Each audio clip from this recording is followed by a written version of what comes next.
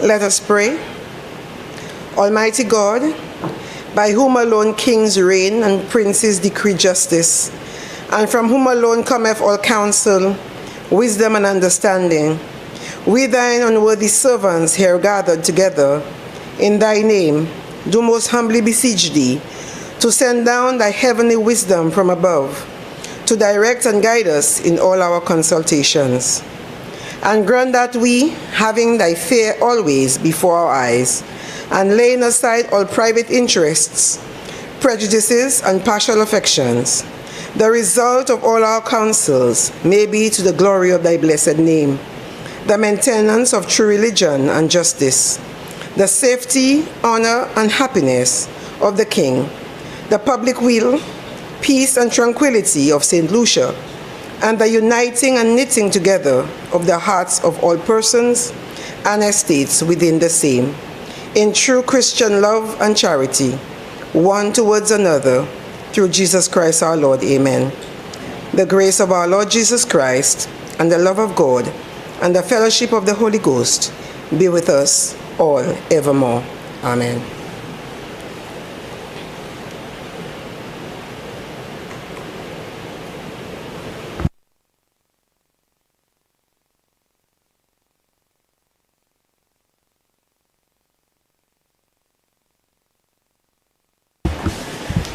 Good evening, Senators.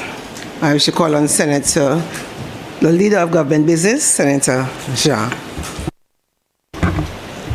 Madam President, I beg for the suspension of Standing Order 9.3, which prohibits the Senate from sitting between the hours of 6 p.m. and 7:30 p.m.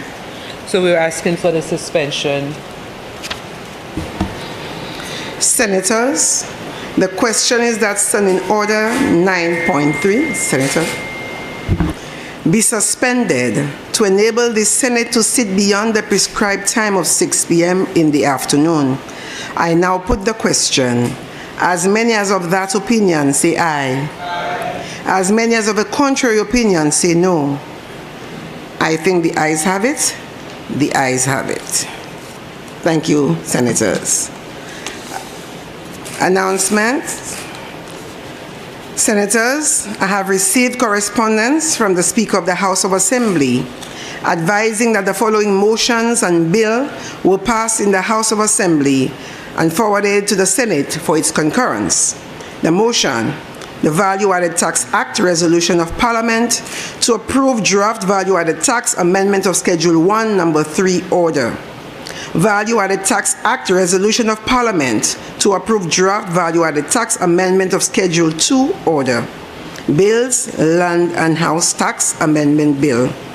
I wish to announce to Senators that last week I attended the Commonwealth Parliamentary Association Advanced Parliamentary Development Residency Program in Port-of-Spain, Trinidad from 8th to 13th December, where I served as a mentor to parliamentarians who came from various Commonwealth territories such as Kenya, Maldives, Canada, Australia, Anguilla, Trinidad and Tobago. The highlight of this was to preside over a mock debate in the Trinidad and Tobago House of Representatives. Statements from ministers, parliamentary secretaries. Motions. Honorable Leader of Government Business.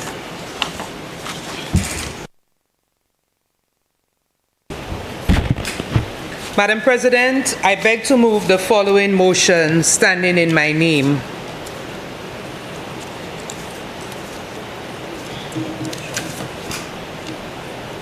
Value-Added Tax Resolution of Parliament, Amendment of Schedule 1, Number 3 Order.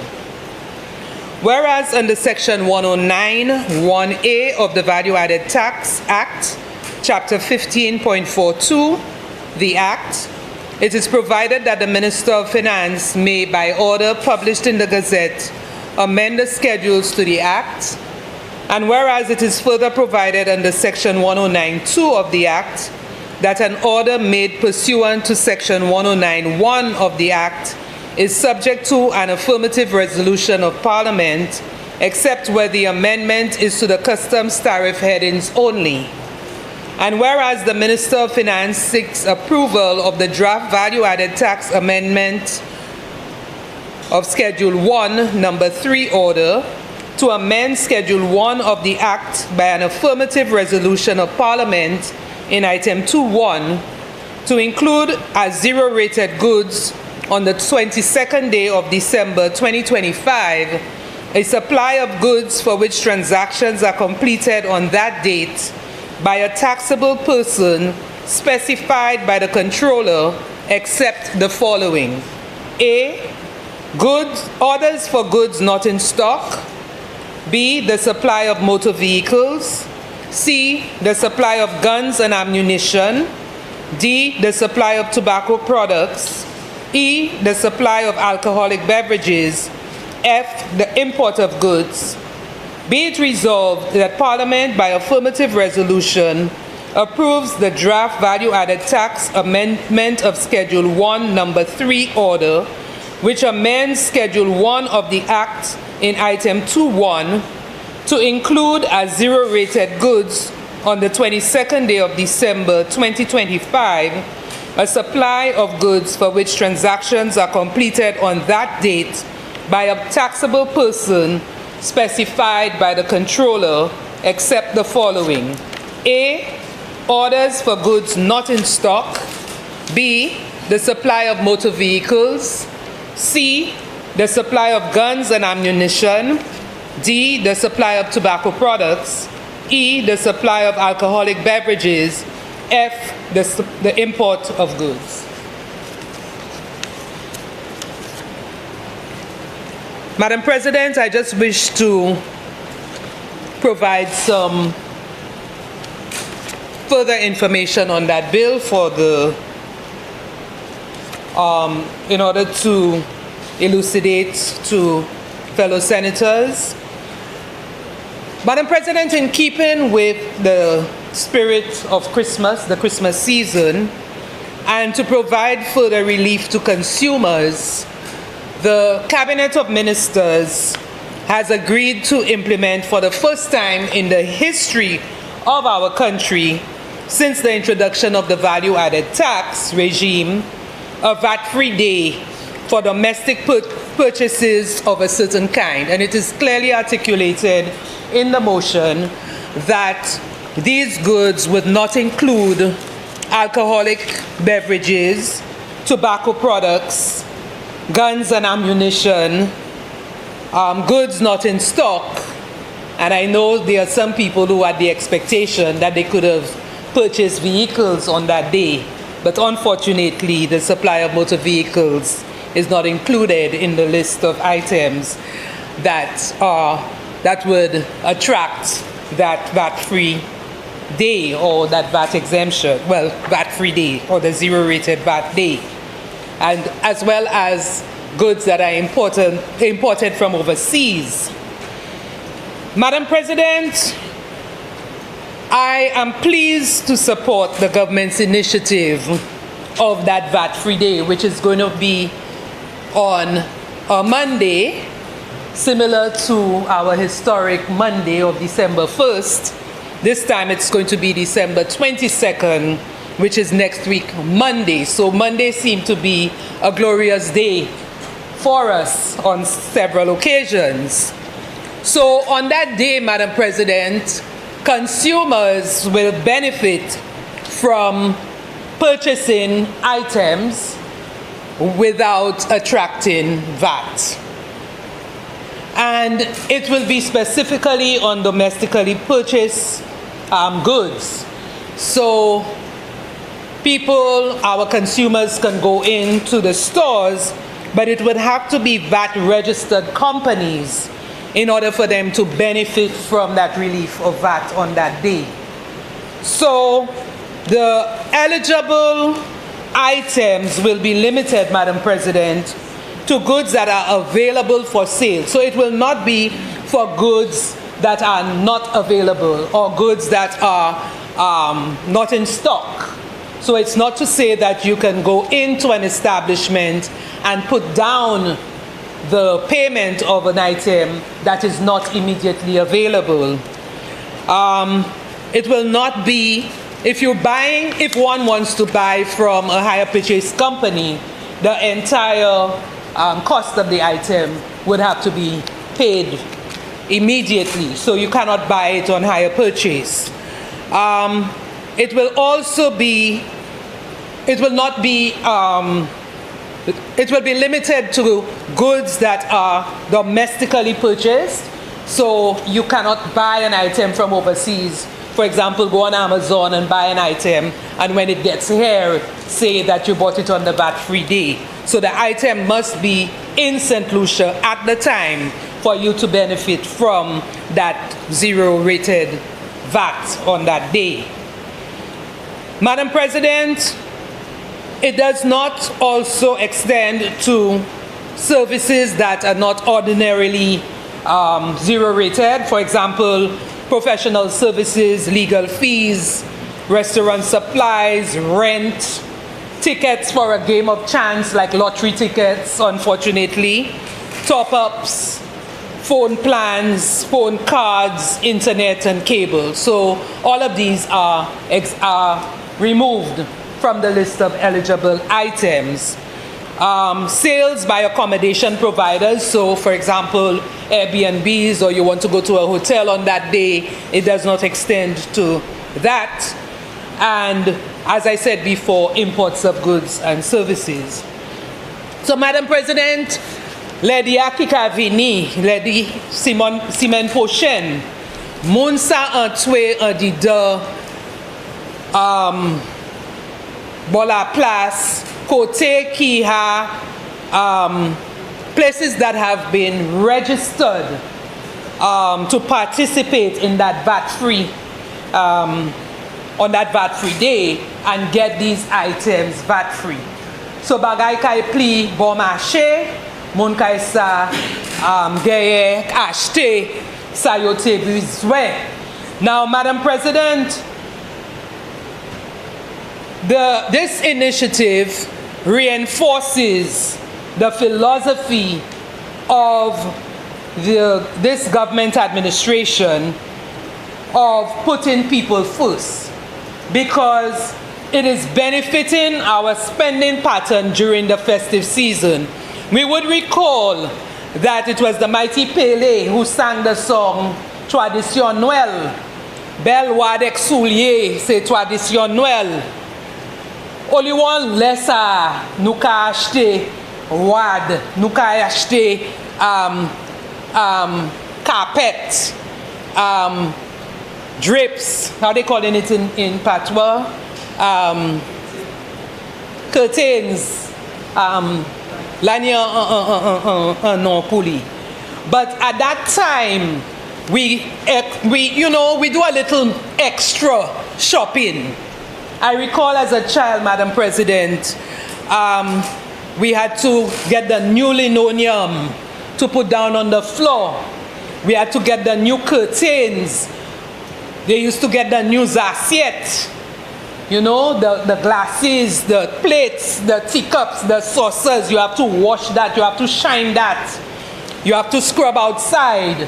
You have to put down the Christmas tree. You have to decorate it. So at that time, and that was around that time you got new clothes to go to church, midnight mass. So around that time, we traditionally engage in a little spending over our usual expenditure.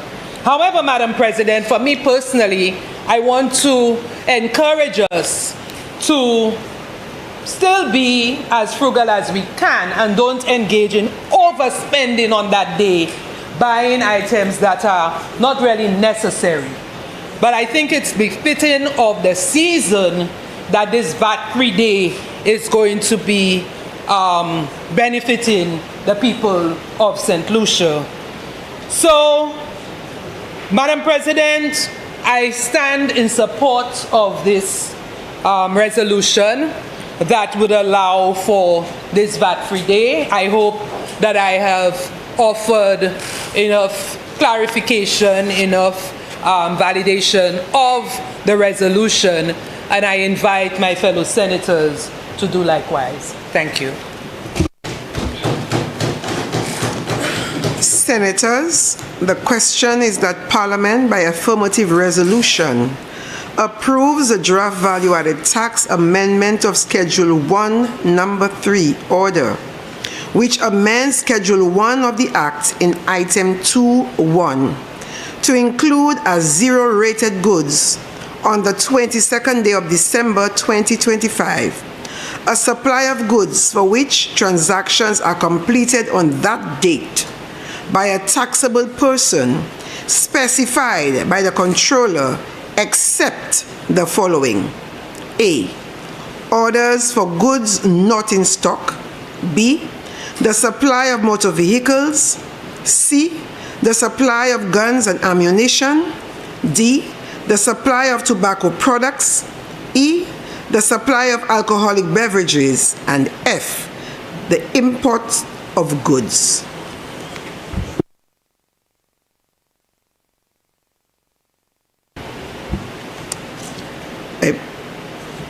Senator Paulius. Can I have the video?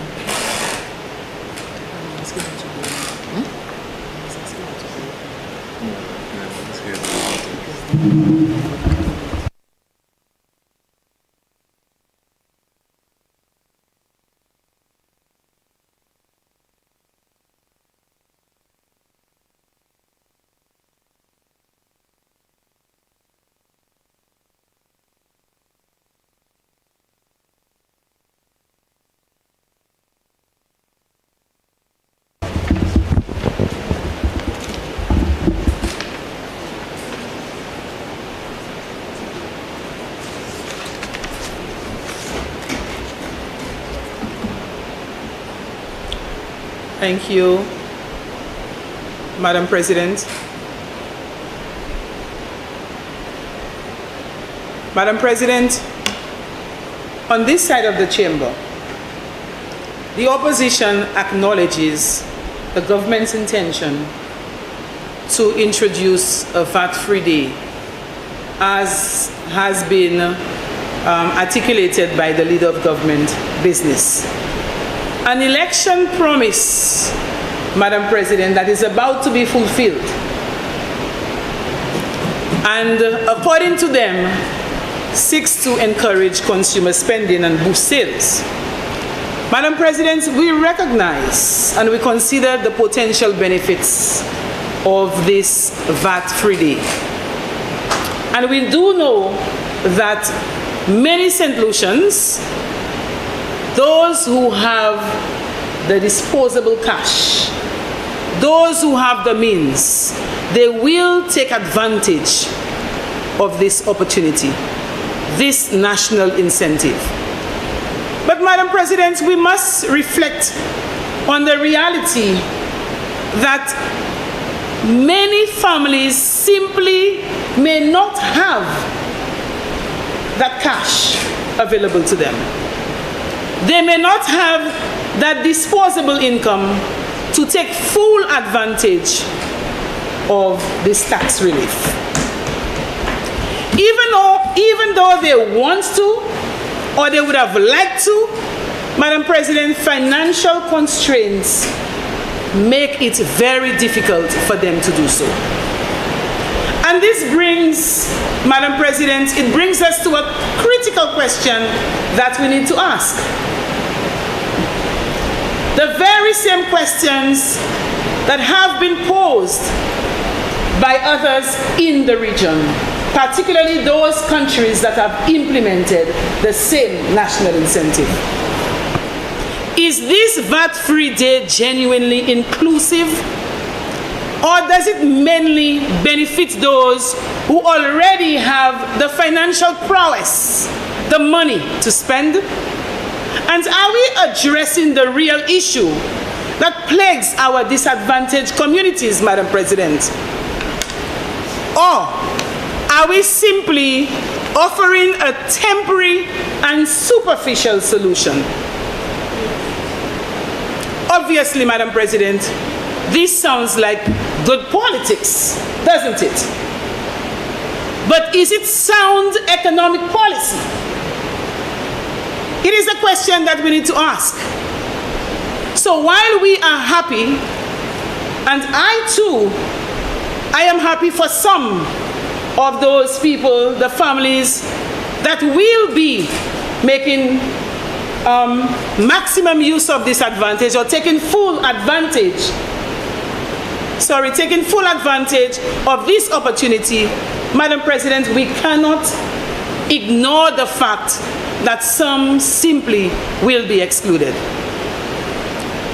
And I know the members opposite, Madam President, might say that, yes, the latter is the case, but if it is the case, Madam President, and if we are trying to put people first, and if we are trying to reduce the cost for citizens and to boost economic spending, to boost consumer spending, Madam President, then I have a proposition, Madam President. So instead of limiting this tax relief to just one day, Madam President, why don't we make it one day in a month, every month? Make it 1 day a month VAT-free for the people of St. Lucia. In that way, Madam President, we believe that more people from the working class and low-income residents will benefit. Madam President, what we have come to realize is that without the means to participate, and when I say means, Madam President, I'm looking at and I'm talking about the money, the finance. Without the financial resources or the fiscal resources to participate, Madam President, many of our brothers and sisters in this country, the low-income earners, the working class, will be excluded. And the intended benefits, Madam President, will not reach those who need them most. Madam President, in closing, we appreciate the intent behind the VAT-free day. However, we call upon this administration to adopt more sustainable and inclusive policies that will genuinely benefit all citizens, particularly those who need it most. Nonetheless, Madam President, I know that the leader of government business cautioned that St. Lucians should be frugal and so on, but I say, I encourage all of them, all those who can, shop till you drop. Shop till you drop on December 22nd. Monday, December 22nd, because by the next day, don't try to go to the supermarkets or the shops and expect the same price. The VAT will be back. Shop till you drop. Madam President, with these few sentiments, I submit my contribution. Thank you.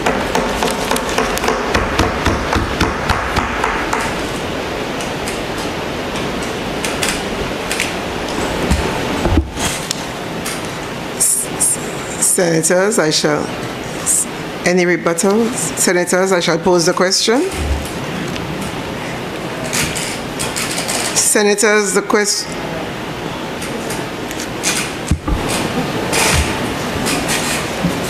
Senator Descartes.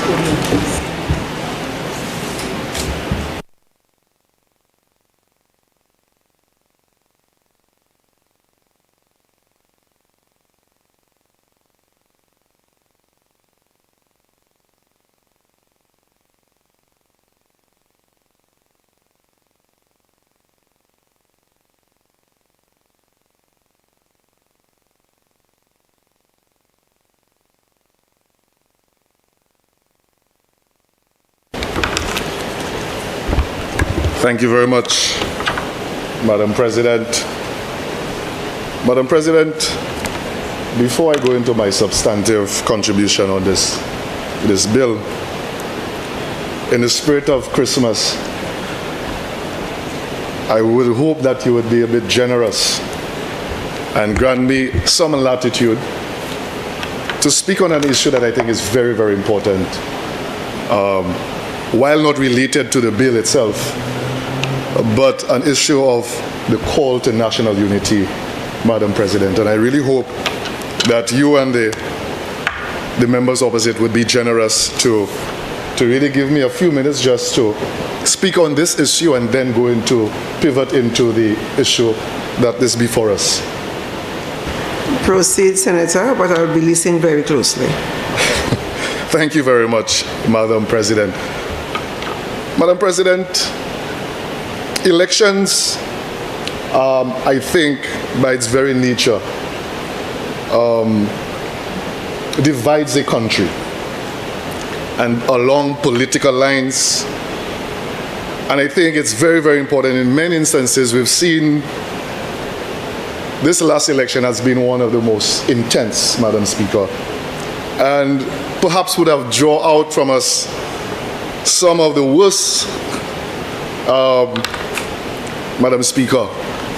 And I think it's incumbent on us in this honorable chamber to rise above the political noise, the vitriol, the rancor, and to send a clear message to St. Lucia for the need to heal our nation as soon as possible. Very, very important.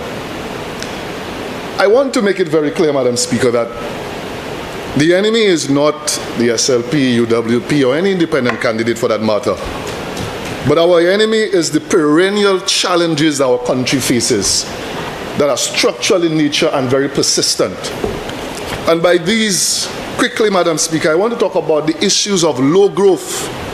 I know that the last 4 years, the Labour Party has claimed a lot about good growth and healthy growth, but the projections going forward suggests that growth is going to flatline in this country at about 1.5%, Madam Speaker. Madam President, sorry. I am saying to you, you said in the essence of bringing together and so on, but yes. You're going political right now, so I would advise you accordingly. Okay, thank you. You're speaking for togetherness, speak to togetherness. I am. The issue of low productivity is a big issue in our country. High debt. Debt is projected to remain around 78% of GDP over the medium term. Our country is trapped in what we call a middle income trap. Countries like St. Kitts and Antigua have left, and our high income country, St. Lucia, has been stuck in a middle income trap for the last 20 to 25 years, Madam President. A narrow economic and tax base, low wages, low skilled workforce. These are the big issues that we need to unite around, Madam Speaker. And importantly, the geopolitical environment that we are faced with. We now have a looming war in our backyard in Venezuela and the US, and the implications for us. So, Madam President, it's against this backdrop, I think we as a people need to unite around a common goal of ensuring that this is a better country. That we need to ask ourselves, we must ask ourselves, what does a developed St. Lucia look like? And how do we pursue that development? We must ask ourselves, what is the society we want? And finally, what is the St. Lucia we want to leave behind for our children? As I pivot to the bill before me, Madam President, I urge all, if we channel the same energy we used to campaign over the last 2 or 3 weeks towards solving the big issues in our country, I think St. Lucia will be better for it, Madam President. So I now turn to the issue of the VAT-free day before us, Madam President. I don't intend to be long-winded on this, but to say that on December 1, St. Lucians made a choice, and a clear choice at that. They decided to reject some clear and transformative policies that were put forward by the opposition. The immediate removal of the 2.5 health and security levy which would keep monies in the pockets of St. Lucians, estimated at around $40 million. Not just for one day, but throughout. That is what they rejected. They rejected lowering of fuel prices within the first 30 days of being elected, putting millions of dollars back into the pockets of St. Lucians and keeping monies in the economy. They rejected the tuition free at South Louis, which would ensure parents do not have to come up with $3,000. Senator, sorry to stop you on your presentation, but we are looking at the VAT-free day, what is on offer for the people of St. Lucia and what isn't. But you have gone, you are going off on looking at campaigning and what St. Lucians have rejected. You have gone 3 minutes into that. May I caution you to speak to your strain? Speak to. So I'm coming to that, Madam. No, come to it quickly. I am, Madam President. Please, thank you. So, like I was saying, Madam President, they rejected a number of proposals in favor of a VAT-free day and a universal early childhood education proposal. Both, I think, was a policy responses to the UWP's recommendations. But, Madam Speaker, I will not. But on December 22nd, St. Lucia will have to make the judgment as to whether the first policy pronouncement being implemented by this government meets the expectations. And that's very important. Is it what they expected? They must make that judgment. They must make that assessment of their government. This is the first policy that they are implementing. On social media, I hear persons clamoring as to why businesses are allowed to the option of registering. That is a question I think the architects of this policy must answer. They must answer to the St. Lucian public. Why was it made optional? I have my views, but I will allow the architects of that policy to do so. But the only question I would really want to pose, and I don't want to be the one standing between the bill and St. Lucians experiencing their VAT-free day on December 22nd, is whether this policy undermines the credibility of the 2025-2026 estimates of revenue and expenditure. Because from my recollection, it was not stated in the suite of policies that the government presented in the estimates of revenue, of expenditure. So I would like to know, what is the projected revenue foregone? That's a very, very important. Any policy you are going to craft, I would like to think that the government, it has engaged its public servants, the staff at the Ministry of Finance, and ask them, how much are we going to forego in this one policy? The other question is, if it's material, then which expenditure lines will be impacted by this policy? Because you all of a sudden have reduced your VAT intake, and there are expenditures that have been programmed against your VAT, these expenditures. Which expenditure lines are expected to be impacted by this policy? These are some of the questions I want them to answer, and answer very clearly. So, and if what the expenditure, the revenue is going to be material, should we abide by good public financial management principles and table a supplementary budget to allocate these changes and to ensure VAT-free day aligns with the island's macro fiscal framework for 2025-2026? But why was this not done, Madam President, is a very, very important question. My suspicion is the government knew all along that the VAT-free day would be immaterial and would not have any substantial impact on its revenue, and hence there would be no need for a supplementary budget.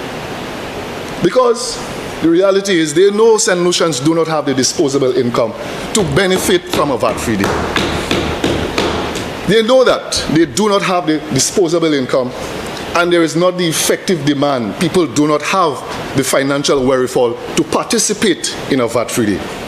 Madam President, the manner in which it's been implemented supports my hypothesis. The SLP never anticipated that this would significantly benefit St. Lucia. It was a hastily borrowed policy from St. Vincent, and which is being hastily implemented as we speak. We must ask ourselves, is this VAT-free day being implemented, is it good politics or good policy, Madam President? For what I'm seeing increasingly in St. Lucia, politics trumps good policy any day. Madam Speaker, so I don't want to be the one standing between people enjoying their VAT-free day. I don't want to belabor the point. I really want and really hope that St. Lucians will be provided with the necessary relief, and this policy will meet its intended intent, Madam President. So with these few words, Madam President, I would like to yield, and I would like to wish St. Lucians all the best on December 2022. 20 what? December 2022. 22nd, sorry. And I hope that they have tremendous, not my colleague said, shop till you drop.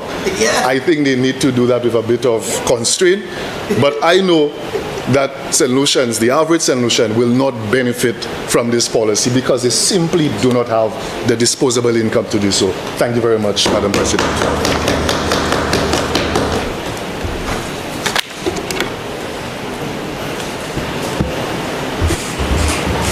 Senator Ignatius John.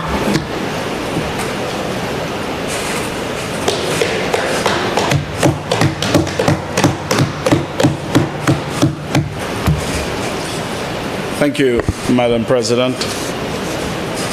And I take the opportunity to congratulate you on being yet again elected as our presiding officer, Madam President. And also to my colleague senators for being appointed to the Senate in this session of Parliament. I also like to thank the Honorable Prime Minister for the appointment and his wisdom in having us on this side of the House to represent the government. I also would like to thank all the people of St. Lucia for the manner in which they conducted themselves in the recent general elections, and that we had a free and fair and peaceful general election. And contrary to what is being said about the divisiveness, yes, it was intense, but there was no divisiveness in our country. I think some people spewed that type of anger and so on, and this is why the people voted the way they did, because they accepted what the Labour Party presented to them and had the confidence in the astute leadership of the Honourable Philip Joseph Pierre, the Prime Minister of St. Lucia, and his cabinet.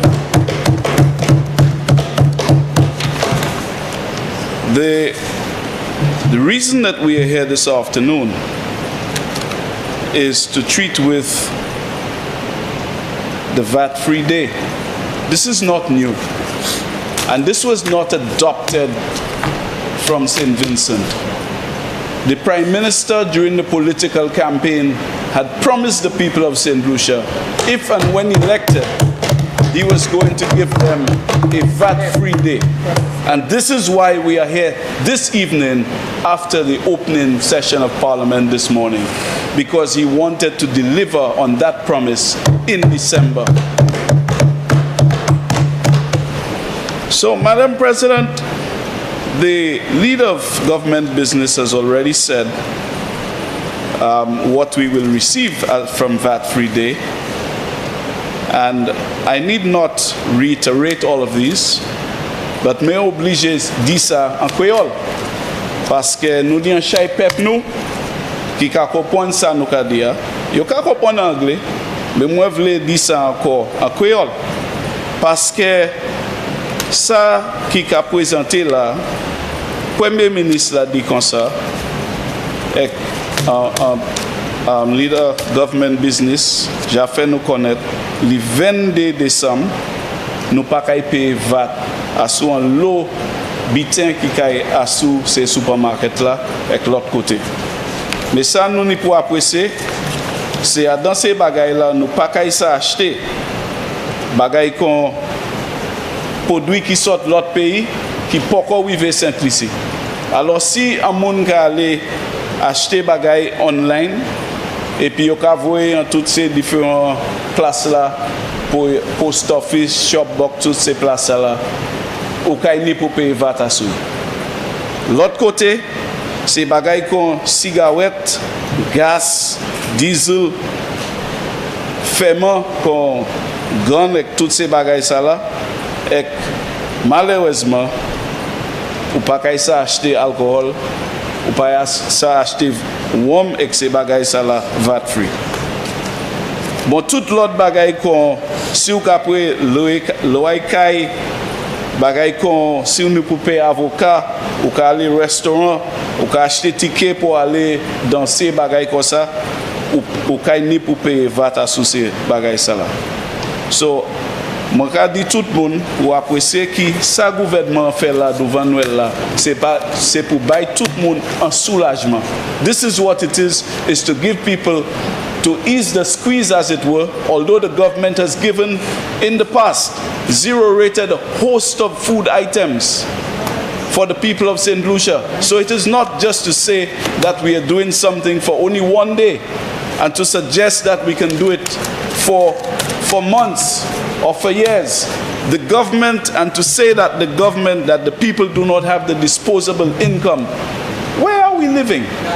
We're living in a different world. If you go up on any of the construction sites, today if you try to find workers for doing certain jobs, plumbing, electrical, masonry, lots of other construction areas, you can hardly find these people because they are so occupied. Drive to the north and see the construction that is taking place right across here from the parliament. Then we have the youth economy that has brought, and the records are there from the IMF report, where we have reduced the unemployment rate to less than 10%. First time in the history of St. Lucia that we have seen employment rates that low. And to say that people do not have the disposable income, because the government made a promise and we are delivering on what we promised, brothers and sisters. Then I go back to what the member Descartes said about in his opening remarks about the divisiveness and there is no plan, etc. You know why that the government won 16-1? You know why?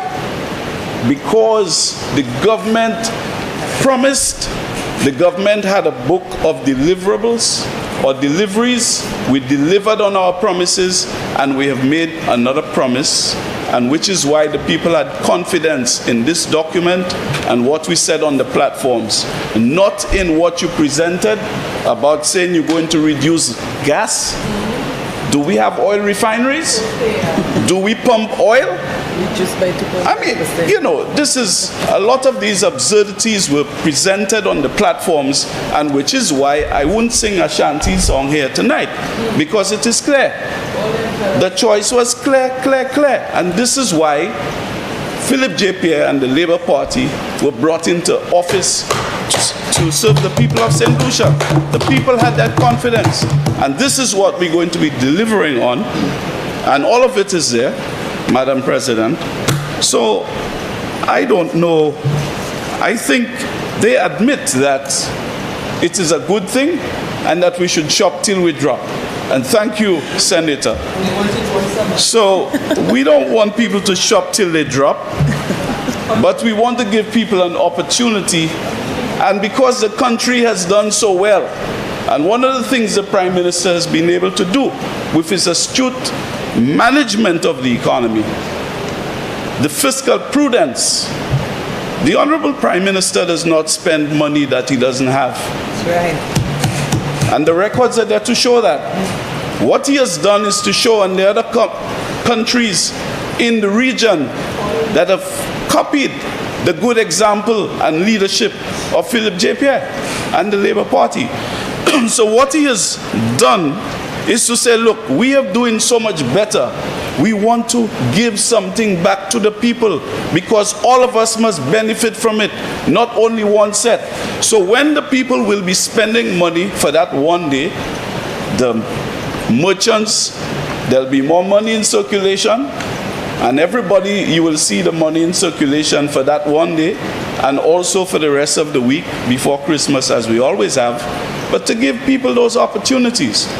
So I want to support this bill or this resolution, Madam President, and commend it to our members to do likewise. Thank you very much.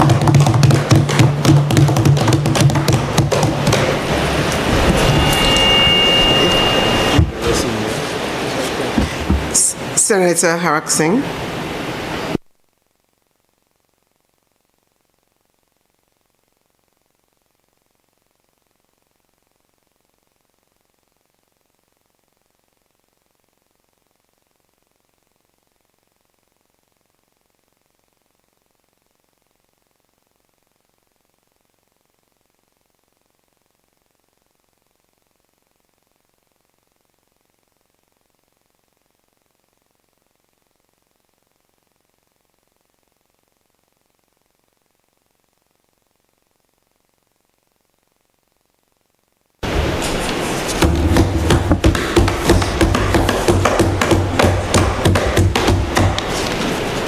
Madam President, I rise. Is it on? I rise to support the resolution before us for a VAT-free day on Monday, 22nd December 2025. But before I get into this, I would like to once again thank my people of Miku South who supported me in this election. And I would like to thank Miku South for a wonderful, I would like to ask them to enjoy a wonderful and enjoyable Christmas. I would also like to thank the Honorable Prime Minister for inviting me to serve in his cabinet as a minister.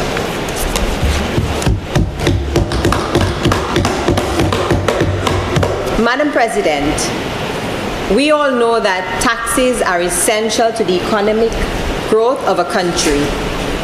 We are also aware that VAT is one of those taxes which has and continues to contribute significantly to the growth of this country.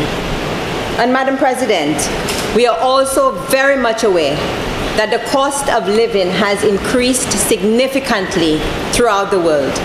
And this is why this government has taken steps to alleviate the squeeze on St. Lucia, particularly around this time of the year.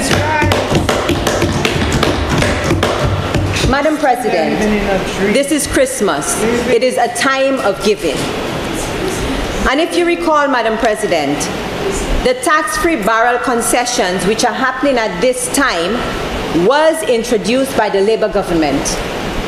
So, Madam President, there is no surprise here that this government is once again ensuring that the people of St. Lucia have an even better Christmas by introducing a VAT-free day. Madam President, who would not want this? Because I am looking forward to this day, as I am sure that everybody in this room is. Madam President, Labour, Debo. That's right. Madam President, think of how this will benefit the lower and middle income households throughout this island. Imagine a single mom or parents who could not afford to buy their kids specific gifts at this time of year, now being able to afford these gifts. It may seem small for some, but for others, it is very significant. It can be the difference between a child receiving a Christmas present or not. To see the smile on a child's face, particularly at Christmas, is so heartwarming, and it is one of the best gifts that a parent can get. And I know this because I have a young son. Madam President, on this VAT-free day, shoppers pay less upfront, particularly for the higher price items like electronics, appliances, and we can add the school supplies because we know that school is reopening soon. Some persons may finally be able to purchase items that they have been eyeing for a while. It can also help struggling businesses because on that day, many persons will be out shopping and may even return to those same stores at a later date to purchase more items, even when the items have returned to the original prices. So you can see, Madam President, it is a win-win for all. So responding to the senators, Senator Descat and Senator Polius, sorry. Removing VAT temporarily for families living paycheck to paycheck will create for them immediate price reductions, and this for them in particular will matter far more than long-term tax adjustments. That's right. I would also like to ask a question. In the last administration of 2016, I do not, and I can stand corrected, I do not recall a VAT-free day being given. Never. Far less one being given every month. Never. This is the only government That's right. to have brought this about. Also, issues were raised about our debt. But Madam President, we must remember that tax policy is not solely about revenue maximization, but about economic relief and confidence. Madam Speaker, a VAT-free day is a targeted, time-limited measure. It's a day, 24 hours.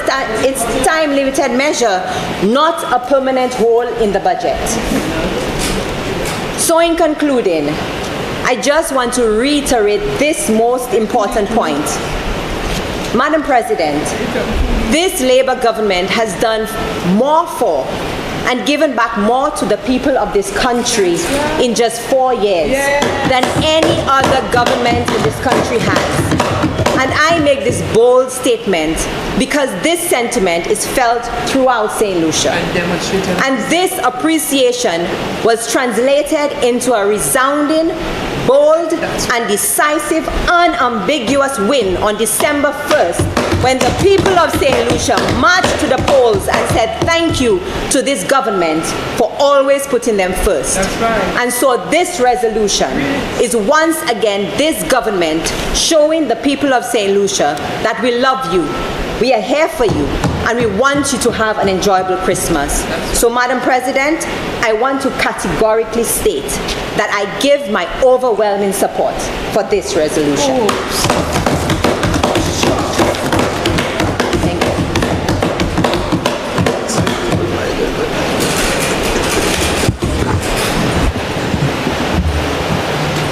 Senator Charles.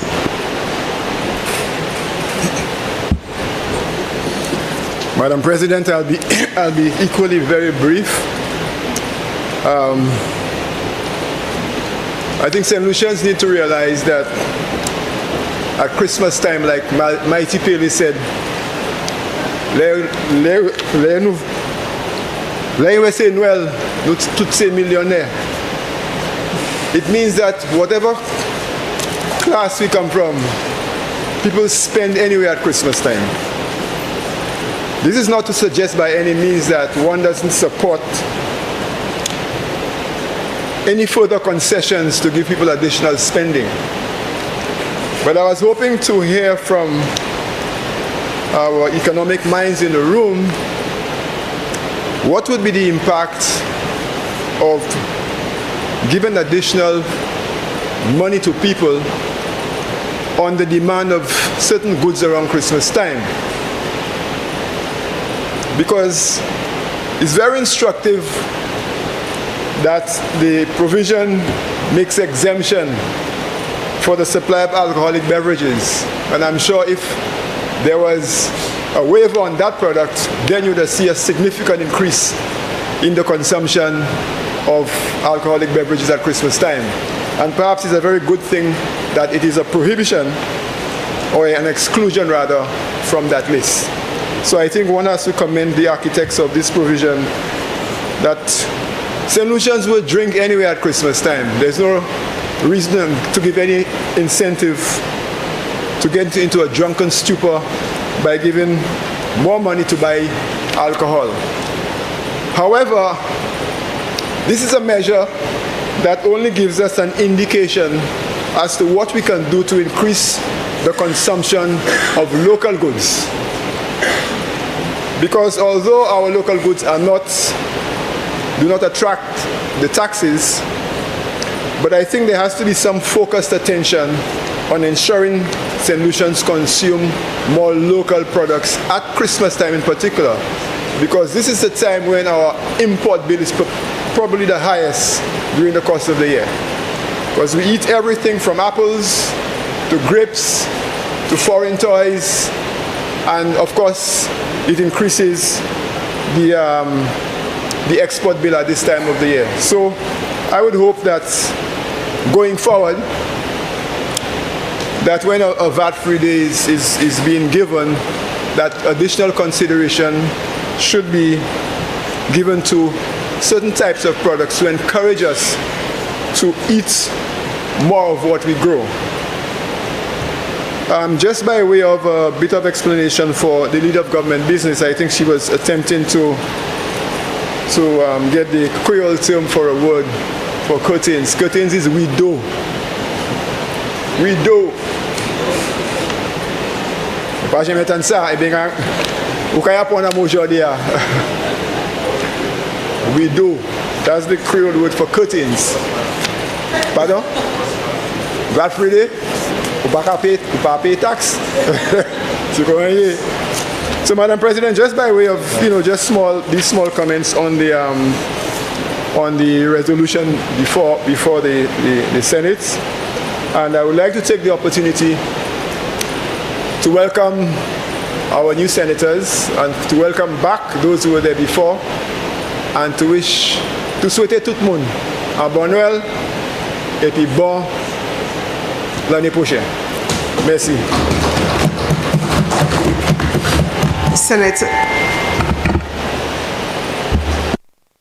Senator de Turville.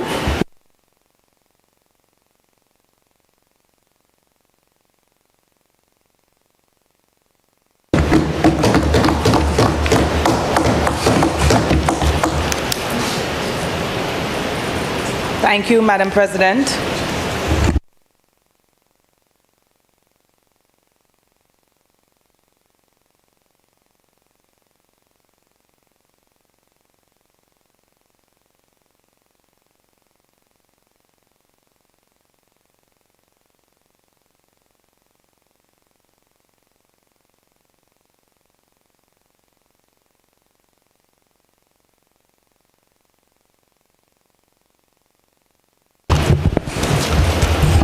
Thank you, Madam President.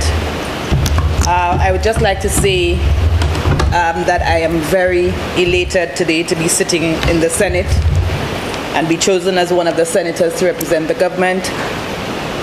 And I would be most brief. I also want to say welcome to the rest of the senators who are here, those who have been here before me, and those who are as new as I am. I think we do well in this House. I just want to address two questions that were asked by senators on the other side. One of which was who does this VAT-free day benefit? And my answer to that is everyone, including the senators who have asked the question.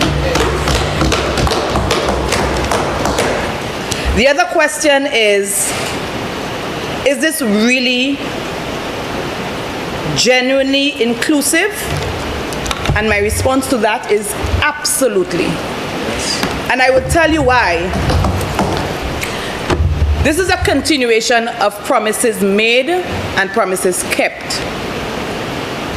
And to ensure that everyone is included, our Prime Minister has been able to provide relief for pensioners.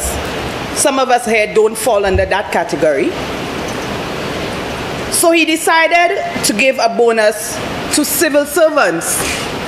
Some of us still don't fall under that category. But every single St. Lucian at some point pays VAT. Whether it's the grandmothers, the mothers, young and old, the teachers, the police officers, everybody pays VAT. And so it gives an opportunity for everybody to benefit from getting a little extra money in their pockets. And if you look at the definition of disposable income, it is very clear.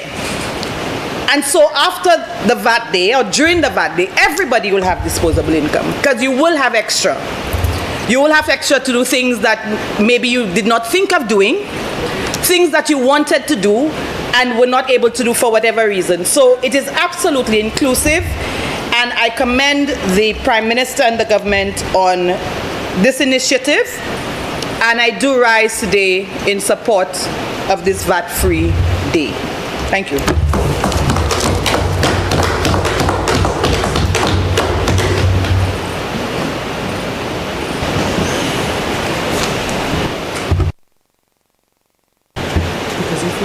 Senator Norbert.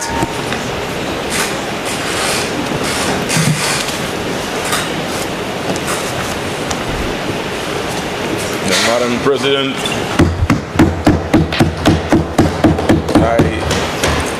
I rise to support the bill on condition.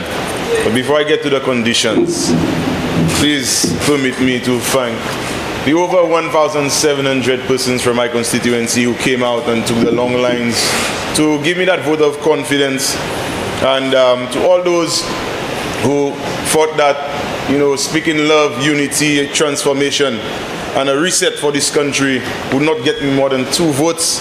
I want to say to those people, thank you for proving these people wrong. In the last sitting, I remember learning quite a lot from you, and I want to congratulate you on your re-election. I want to congratulate all the new senators and welcome them to this chamber. You see, the table here is a round table, Madam President, and I just want to point out that a circle has no sides. It's 360 degrees. And so our purpose in the Senate, of course, is to take these bills such as this one. We are the final set of eyes, the minds, that will ensure that these documents are perfect before they become part of our country's laws. So, in the last sitting, a number of resolutions came up about providing VAT relief. And that was just before the campaign period hit hard. And when I heard the political promise, that's what Senator Jean said, that this VAT-free day was a political promise, I thought to myself, that's in response to the discussions that we were having here. Because in that last sitting, we actually gave VAT exemptions for a period of 2 years, not 1 day, a long period for persons who were seeking to make major investments in aircrafts, yachts, and the like. So, Madam President, the conditions for my acceptance or my encouragement for this practice of having a VAT-free day and providing more VAT relief, more tax relief. One, we are hoping that moving forward, if this is going to be repeated, if this is not just a political promise and we do not have to wait another 4 years to see another VAT-free day, that if this is going to be done next year, persons are given enough time.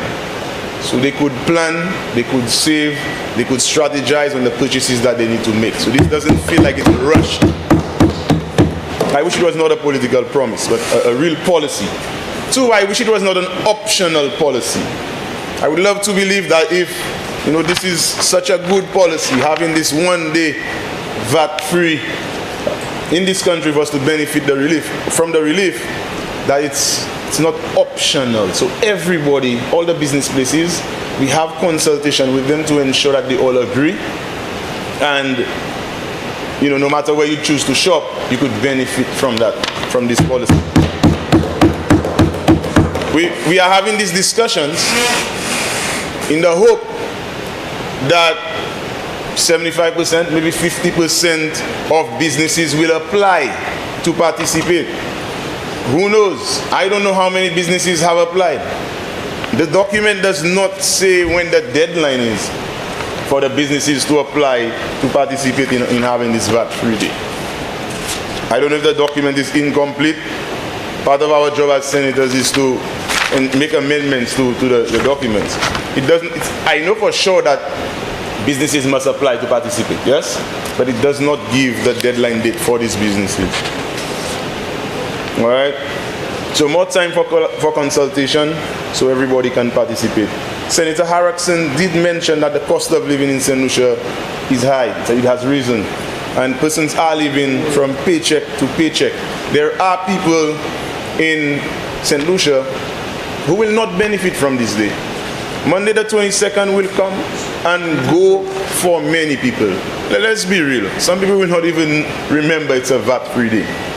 Again, if we had more time, more consultation,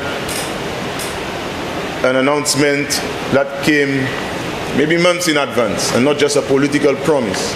You see, when we come up with ideas that change the lives of people, that will address the high cost of living, as Senator Harrison said, we should ensure that we give enough time so more St. Lucians can benefit. Senator Jean. Senator Harrison. Madam President, can I stand on a point of order? What's your point of order, Senator? I said that the cost of living is high throughout the world. And Senator, you said in St. Lucia, I said in St. Lucia, throughout the world. So it's not just in St. Lucia, it's throughout the world. Right. And I didn't just say people are living paycheck to paycheck. I said persons who are living paycheck to paycheck will benefit from this. So, point of elucidation, yes? Please correct us. Proceed, Senator. Yeah, so St. Lucia is not spared from the high cost of living that's affecting the world, you know. And some persons living paycheck to paycheck, some of them will benefit, many of them will not benefit, right? So Senator Jean mentioned a number of services, both of the Senator Jeans, a number of services that are not included here, but they will attract VAT on that day. So I think that's the restaurants, the hospitality services, these were not exempt, but they're not listed here. I know the goods, the ammunition, the tobacco, the alcohol is listed, but it does not say that these services are not listed. Should this be corrected? And can it be corrected now? Can that be added as part G, since we're making amendments? Because it's not clear. So the date is missing, the services that are not going to be exempted are missing. But why isn't, the hospitality sector going to benefit? The services in the restaurants, why aren't they going to be VAT exempt on that day? That's a question that I have. And finally, I just want to say that on Monday, the 22nd of December, many people will spend a lot of money. Just like a recent Monday that we had, many people will spend a lot of money to be happy. And you might be surprised that those who don't spend a lot of money, they might sleep better at night than those who spend the money on Monday, that Monday, the 22nd. So thank you very much.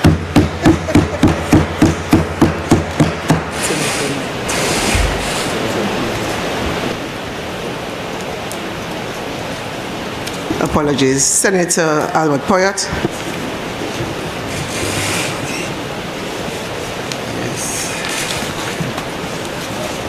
Madam President, let me take this opportunity to congratulate you on your second term as President. And I also want to congratulate all the senators here in the upper house. I have the privilege of understanding the lower and the upper house. And Madam President, I want to take this opportunity to thank the Honorable Prime Minister and member for Castries East for giving me that opportunity to participate and contribute and add my voice to the debate in this House. And I stand in support of the motion which will allow St. Lucians to enjoy a third Christmas. I heard they said there would be 2 Christmas in December, on December 1st and 25th. but the Prime Minister has included 22nd of December as a third Christmas. And this is how I see this motion on the floor, Madam President. Madam President, this government is one I know that has always put the people first. We have put you first. We are putting all the senators here first in that motion where we will have a VAT-free day on the 22nd of December. And Madam President,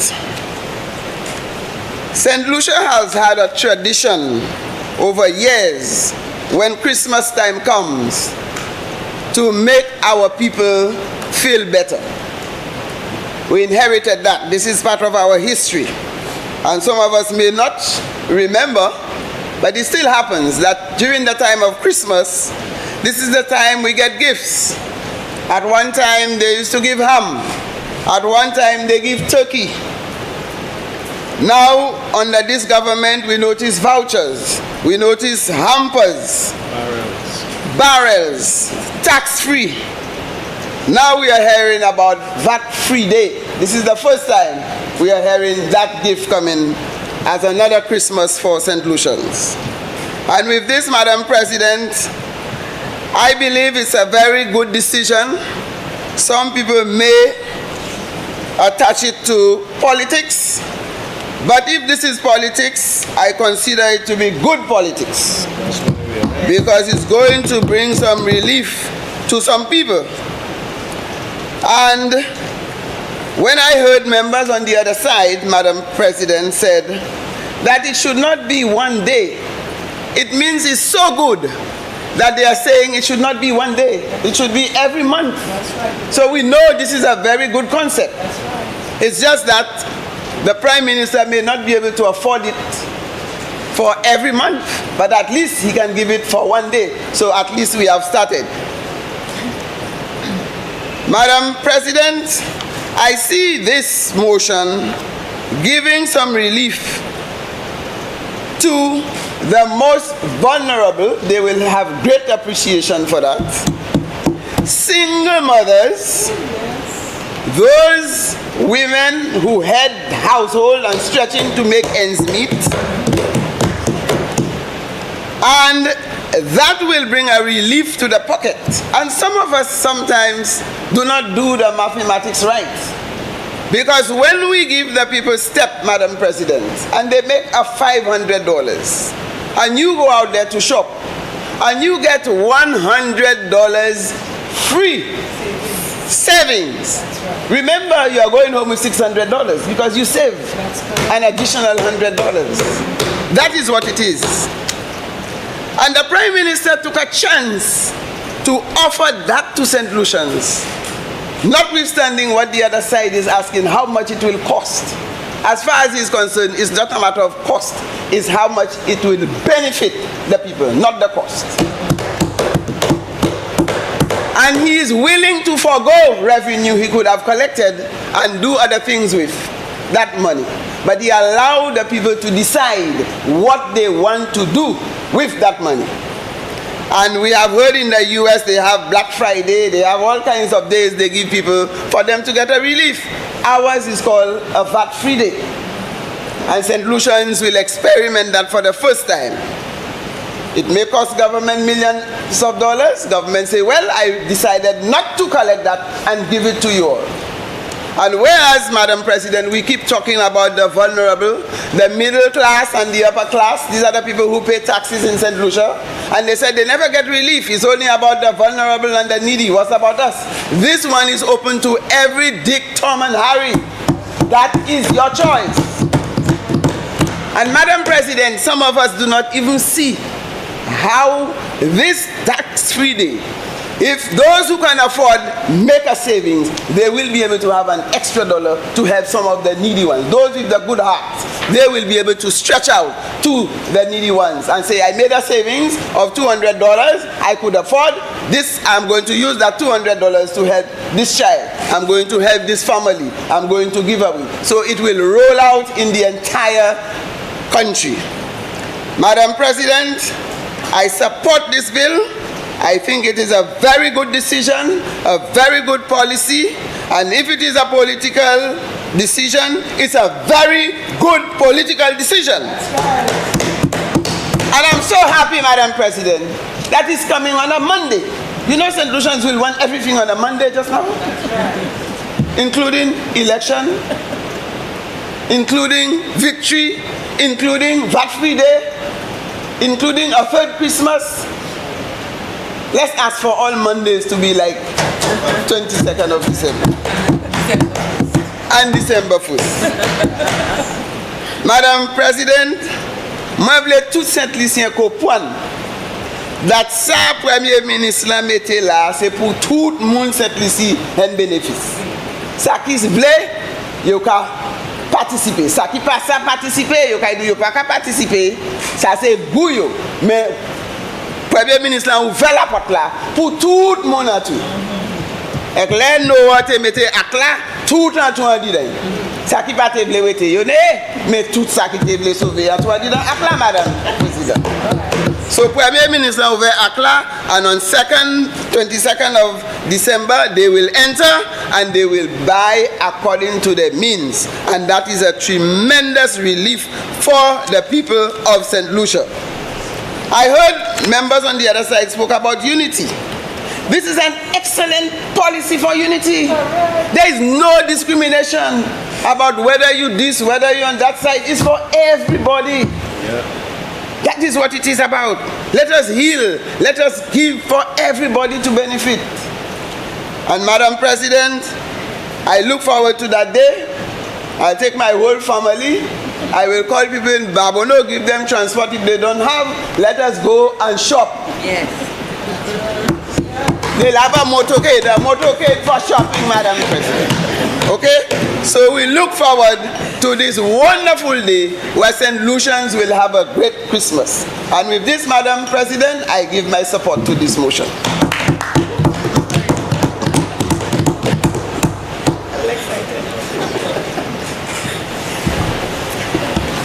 Right. Senator Jean. Thank you very much, Madam President. Madam President, let me just preface my rebuttal by congratulating you on your appointment as President of the Senate, well, election as President of the Senate for a second term. I think it is a demonstration of your astuteness in regulating our proceedings during our last term. It's confirmation that you've done a great job, so I really wish to congratulate you, as well as to congratulate all senators who have been appointed for this second term. I wouldn't call it a reappointment because it has started a new parliamentary session, so it's all new appointments, albeit that some of us were here from the last term. I also wish to thank the Honorable Prime Minister for his demonstration of his confidence in my ability to have recommended my appointment for this second term, as well as to my elevation as leader of government business. It came as a little baptism of fire this morning, but I think I will get through as time goes by. Madam President, I wish to thank the senators on our side for their contribution in supporting the motion. They all added to the explanation on the motion that we have before us for the VAT-free day, December 22nd. I also wish to thank the independent senator for his contribution, as well as for assisting me in the Creole terms. Moi pas fort les Creole là en toute manière, mais il a aidé moi. But Madam President, when I heard I take it the leader of opposition business, Senator Descott, started his presentation, I was, kind of taken aback, surprised, and I started with a degree of comfort that he was speaking on the subject of unity. And I was really looking forward to him indicating that this initiative by the government was one that was good for the people of St. Lucia, particularly the people of Castries South. But as he moved on, I realized that he was going down a different road. And what came to my mind is the quote by Albert Einstein that the definition of insanity is doing the same thing over and over, expecting a different result. Because, Madam President, when we met here on October 30th, Senator Descartes, who was newly appointed as senator, came, you know, and grandstand and so on, and opposed some of the initiatives of the government. But December 1st showed that the people of St. Lucia supported the initiatives of the Philip J. Pierre administration and rejected what was being presented to them by the opposition. And so, coming on the heels of December 1st, you would think that the opposition members would want to appease the people that they did not touch and try to gain them by indicating their support for the good initiatives of the government of St. Lucia under Philip J. Pierre administration. One which would allow them to get goods at a reduced rate next Monday, a rate that they would never get if this resolution does not pass today. How can you oppose? How can you talk now about debt and all sorts of things and disposable income and all of that? Madam President, do you know that St. Lucian businesses does have sale? When you pass by Home Depot, sometimes you hear Home Depot have a sale, a Saturday sale. You cannot even get through the highway. That sale does not include the removal of VAT. Yet still there are long lines of people waiting to benefit from the reduced prices at these establishments. You go to Sunbuild, you go to SNS, you go to Hobby, you go all over the place. Lani sale 2x2. But that sale does not include the reduction in VAT. Yet still you see people buying, you see people going in and buying these items. Amundi, Lani Amun Kika buy cochon, pour Noël. The people in Denry North that give pigs.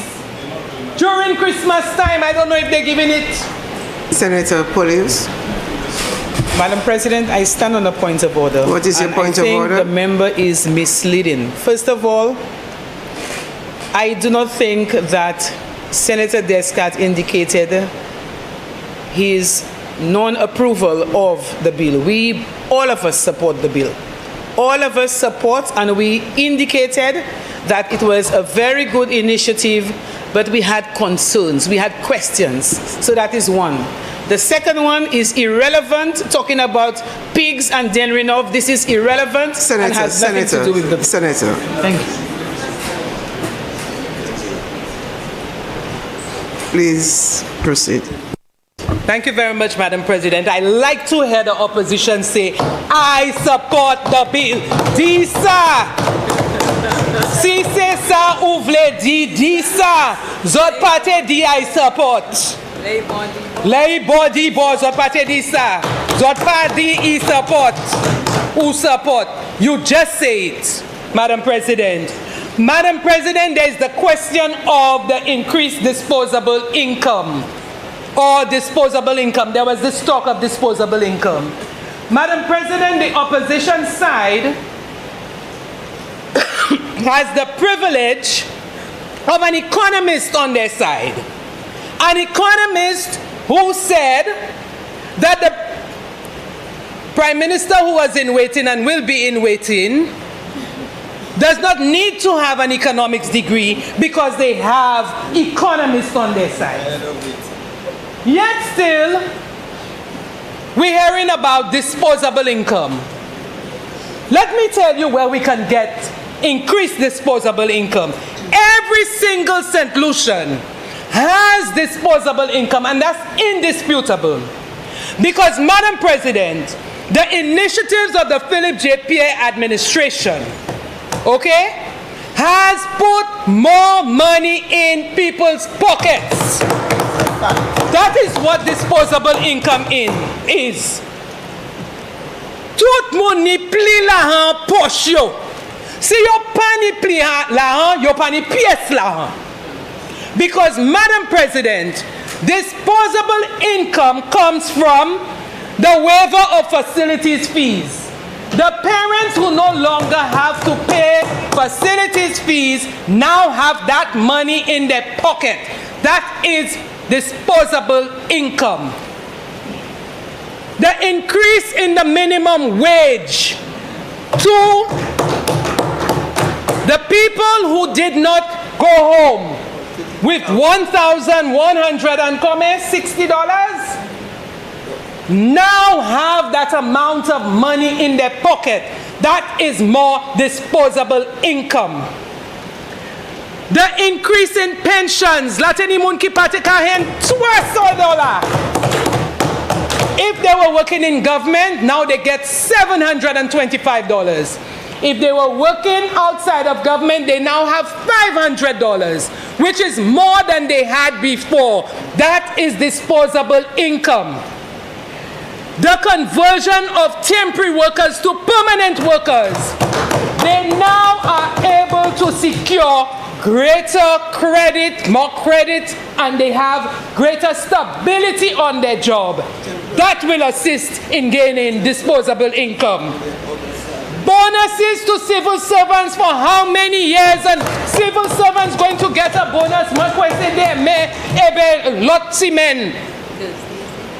First day they getting it.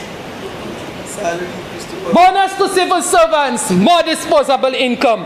Bonus to government pensioners. I am a government pensioner, Madam President. Mahot Disa. And I got $600 last month, November. Disposable income.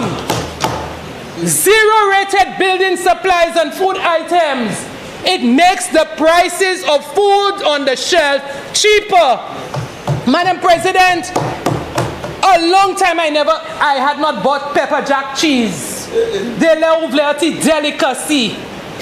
Now, when I saw the reduction in the price of pepper jack cheese, I can now afford to buy it.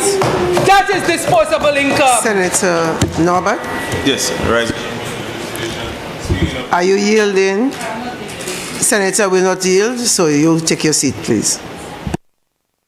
It's too late. It's 7:45. Madam President, so when we're talking of disposable income, the government of St. Lucia under the Philip J. Pierre administration has not just done a zero-rated day, a VAT-free day, but they have put in place several other initiatives to reduce the cost of living in St. Lucia. Let us not see this initiative in a vacuum.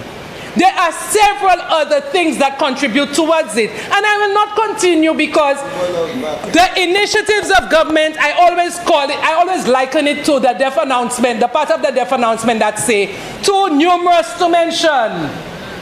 Parents no longer have to buy a $3,000 laptop for their secondary school child. That is disposable income. Some parents do not have to now send their children to look for loans from the bank to send their children to university because we have the first generation scholarships. So many children are now at university. Compliments the government of St. Lucia. Parents do not have to do that. I had to take loans for me to go to school. I wish I was a young person now for me to be able to get one of the first generation scholarships. That is disposable gain. So many things. Everybody in St. Lucia, every sector in St. Lucia, Madam President, benefits from the initiatives of the government of St. Lucia. Okay? And so there is more disposable income at the expense, in the pockets of the people of St. Lucia. So, Madam President, I don't understand Senator Paulius, who is saying that 1 day a year is not enough. Idi moun pan pour I acheter by on VAT-free day, mais ivle once a month. Madam President, I don't understand this. It sounds strange. It sounds illogical, I'm sorry. Because I can agree with the point that we didn't have enough time to accumulate enough savings. You know, we didn't have enough notice. So now we have to try and rush to see how much we can save between now and Monday for us to go and buy stuff on Monday. I understand that argument, right? I understand that argument. Mais pas dis-moi, ici posé once a month. So, en même temps, Senator Descat Kamade, what is the revenue forgone? Moi, ça répond ça, Senator Descat. The revenue forgone is $300,000. Okay, about $300,000 because we don't know. This is something that we would have had to anticipate. But let's say that the revenue forgone is about $300,000. Okay? But that revenue forgone is financed, you know where, Madam President? From the reduction in wastage that this government has proven that they are able to maintain. It is also financed, Madam President, by the lack of largesse that we had seen in the period 2016 to 2021. This FFF largesse, tout moun take a hand back, guy, BMW take a pete sec. That is where it is being financed, by not directing funds at some of these so-called people who were coming with their délamé balan and getting from our coffers. That is where it's being financed. So, Pahele Banu, Honorable Philip J. Pierre, the Prime Minister and Minister for Finance, knows exactly how he will be able to cushion the effect of that VAT-free day next Monday. Madam President, I also heard Senator Paulius speak about there should be sustainable and inclusive policies to benefit everyone. I want to find out what examples, what more does Senator Paulius want to see in inclusive and sustainable policies? Because, Madam President, VAT is a non-discriminatory tax. That means that everyone pays VAT. Yeah? Non-discriminatory. Poor, rich, young, old, depi, lani VAT, uni pou paye. That's one of the good things I like about VAT, Madam President. Because if you look at our income tax, if you're getting a little more money above a threshold, then you pay a higher tax. But with VAT, everybody pays the same tax. So there's nowhere you go into a supermarket and the cashier telling you, oh, because you're limping, you will get a lesser tax. Or because your hair gray, you will pay a lesser tax. It's not so. Everybody pays tax. Whether you're gray, whether you're black, whether you're white, everybody pays that tax. So when there is a VAT-free day, no one pays that VAT. It is just the same, non-discriminatory. So everyone can benefit. So Kimano Nuka parle about inclusive. It includes everyone. It benefits everyone, Madam President. So the other question is, who does the VAT benefit? And I was happy that one of our senators on this side of the House spoke to the benefit to those in opposition as well. When I see where Lady Kikavinila, ça qui parte voté by gouvernement, quel premier ligne là, they will benefit first. They will go on the line first and look for the VAT free. My only regret, Madam President, is that vehicles not there. Pisatakai a bon opportunity to go and buy an Audi, you know, a little something to people who can afford, right? Even the very farmers that might want to replace their FAR, Meipala, and we understand why. Because it's an opportunity, like somebody said, to increase consumer spending. And you know that consumer spending can assist the economy, right? Because if you hold your money about matla, the economy will not move anywhere. So you have to encourage people to spend.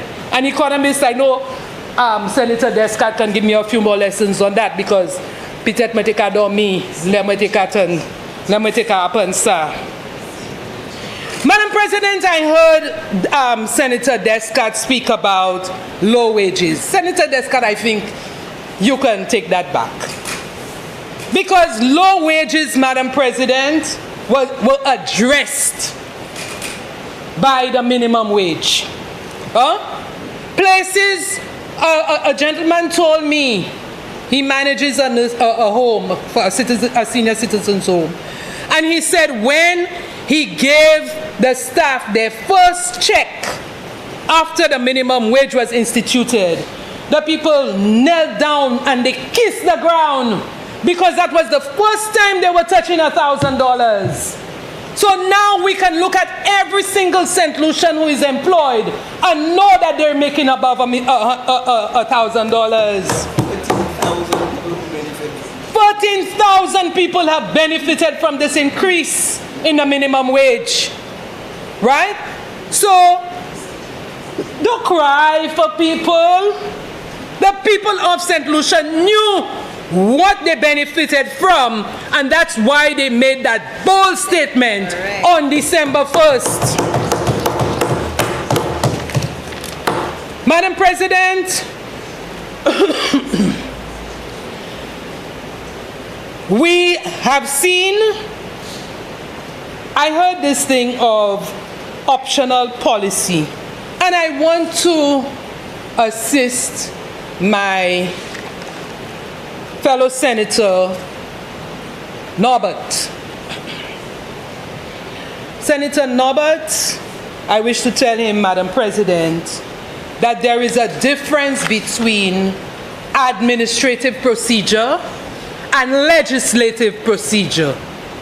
So when we get a bill, when we get a motion, you will not get all of the administrative procedure within that motion or the bill.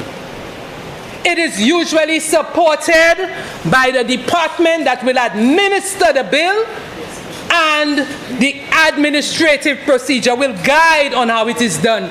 So the motion cannot say when is the deadline to apply to the Inland Revenue Department for you to participate in the VAT free thing. But the Inland Revenue Department sent out a letter dated December 12th, where it actually says to companies that they wish to advise all VAT registered businesses that in order to participate in St. Lucia's VAT free day, an official application must be submitted, And they indicated that the submission had to be made by the deadline, which will be provided by the department. It is for the Inland Revenue Department to guide the establishments, not for it to be in the motion. Madam President, nous pas a pièce côté, a pièce là terre. Do you have a deadline? That's administrative procedure, it's not legislative procedure. Okay, so there is a difference. So when he's asking, Madam President, for amendments to the resolution to include certain things, these things ought not to be in there. It has to be in the administrative procedure. So, I think, Madam President, we have all addressed all of the issues. What other issue you want?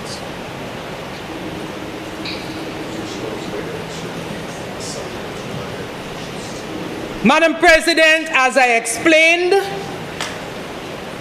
a supplementary budget would be required, Madam President, if there would have been a need for additional revenue. If there had to be revenue that was not already included in there. But there can be environment within your budget for $300,000. It could come from savings from other projects, from other line items in order to deal with it. So a supplementary budget is not included. A supplementary budget, Madam President, would be required if you needed excess. So that means you would have to get a different source to finance that amount. Senator Descar. So I just wanted a bit of clarity. You are standing on the point of elucidation. Elucidation. Senator, are you yielding? Are you saying that this $300,000 is already fully budgeted for within the current revenue and savings of the government? Is that what you're saying? That is what I'm saying. Because I trust the financial management of this administration, of Philip J. Pierre, and I know that this amount is going to be sourced from within the current budget estimates of expenditure.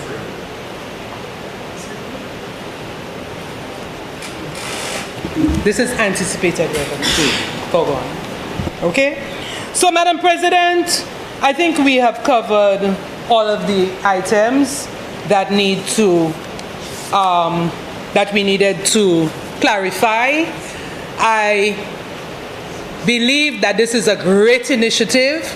I think it is one that continues, one that supports the philosophy of the St. Lucia Labour Party administration of putting people first. I think it is well timed. Unfortunately, like I said, because of the whole scheduling of elections and so on, it happened at this time, but the Prime Minister did promise, and I believe people voted on that promise to get that VAT-free day. People were so excited that they thought that the St. Vincent Day was really the St. Lucia Day. So come Monday, I believe people will find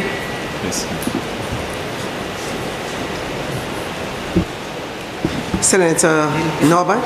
Yes, Madam President, I rise on a point of order. The member is misleading the House. I asked for 2 amendments and she only made reference to 1. I didn't just ask Senator Norbert. Yeah. The senator decides what she wants to respond to, and you cannot demand that she respond as what for your amendments. Okay? It's up to you. She's not misleading the House. That's not the point of order. You pointed 2 items that you wanted amended. She decided to respond to them. So she's not misleading the House. That's not the point of order. Senator Norbert, let's make this a very serious discourse. Please proceed, Senator Jean. Yeah, Madam President, I may have omitted the 2nd amendment. I don't know. I don't remember what it was. Senator Jean. Yes. Again, the services, Madam President, I did explain which services they were, even though it's not in the amendment, even though it's not in the resolution, it does not have to be there. When the Inland Revenue Department administers it, then they decide based on the administrative procedure. That's why I gave an explanation of the difference between administrative procedure and legislative procedure. Because it's not everything that goes into, that have to go into these motions or bills. So, Madam President, I wish to invite senators to support this motion, which is one that is going to benefit the people of St. Lucia, and I trust that they will do likewise. Thank you. Senators, the question is that Parliament, by affirmative resolution, approves the draft value-added tax amendment of Schedule 1, Number 3 order, which amends the Schedule 1 of the Act in Item 2.1 to include as zero-rated goods on the 22nd day of December 2025, a supply of goods for which transactions are completed on that date by a taxable person specified by the controller, except the following: A, orders for goods not in stock; B, the supply of motor vehicles; C, the supply of guns and ammunition; D, the supply of tobacco products; E, the supply of alcoholic beverages; and F, the import of goods. I now put the question. As many as are of that opinion, say aye. Aye. As many as are of a contrary opinion, say no. I think the ayes have it. The ayes have it. Honorable Leader of Government Business. Madam President, I beg to move the following motion standing in my name. Whereas under Section 109(1)A of the Value Added Tax Act, Chapter 15.42, the Act, it is provided that the Minister of Finance may, by order published in the Gazette, amend the schedules to the Act, and whereas it is further provided under Section 109(2) of the Act that an order made pursuant to Section 109(1) of the Act is subject to an affirmative resolution of Parliament, except where the amendment is to the customs tariff headings only, and whereas the Minister of Finance seeks approval of the draft value-added tax amendment of Schedule 2 order to amend Schedule 2 of the Act by an affirmative resolution of Parliament in Item 2CC to delete and exempt supplies the goods under the following customs tariff headings. Madam President, if I may dispense of the numbers, okay? Backs and necks of the fowls of the species Gallus domesticus frozen, wings of fowls of the species Gallus domesticus frozen, other cuts of the meat of the species Gallus domesticus frozen, potatoes other than seed potatoes, fresh or chilled, tomatoes, fresh or chilled, onions, fresh or chilled, garlic, fresh or chilled, cabbages, fresh or chilled, carrots, fresh or chilled, other edible roots, fresh or chilled, cucumber, fresh or chilled, celery other than celeriac, fresh or chilled, pumpkins, fresh or chilled, okras, fresh or chilled, lentils, dried, shelled, whether or not skinned or split, pigeon peas, dried, shelled, whether or not skinned or split,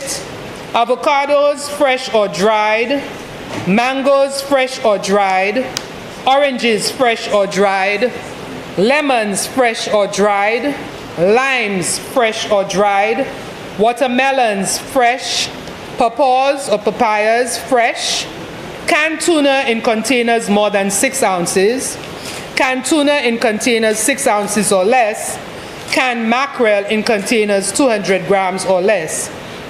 Be it resolved that Parliament, by affirmative resolution, approves the draft value-added tax amendment of Schedule 2 order, which amends Schedule 2 of the Act in Item 2CC to delete and exempt supplies the goods under the following customs tariff headings.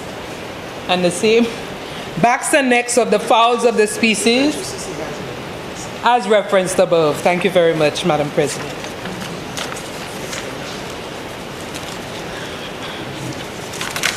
Madam President, I just wish to give some explanation to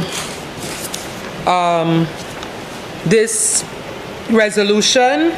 Madam President, we came to the Senate on October 30th during the last parliamentary session to approve a list of food items, and that was also done. There were 70 items that were zero rated. Of these 70 items, those that I have read here were also included in the exempt items. They were regarded as VAT exempted items.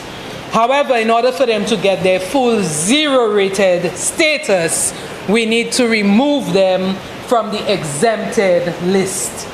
And I just want to reiterate the explanation for, or the difference between zero rated and exempt items, because I know that we had a little debate on it at our last session.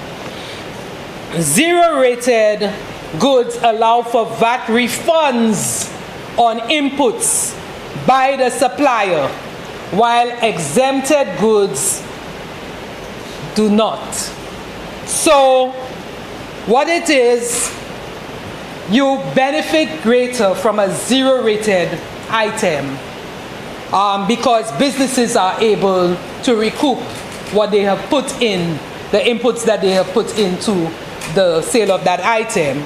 Whereas an exempt good, you do not get it. So there is some added cost that would be on that item, and therefore the customer would have to pay it. So a zero rated item would be less expensive or cheaper than one that is VAT exempt. And so by removing it completely, it just cleans up the list of items, and they are all now, all 70 items are clearly, so it's unambiguous that they are clearly zero rated items. Thank you.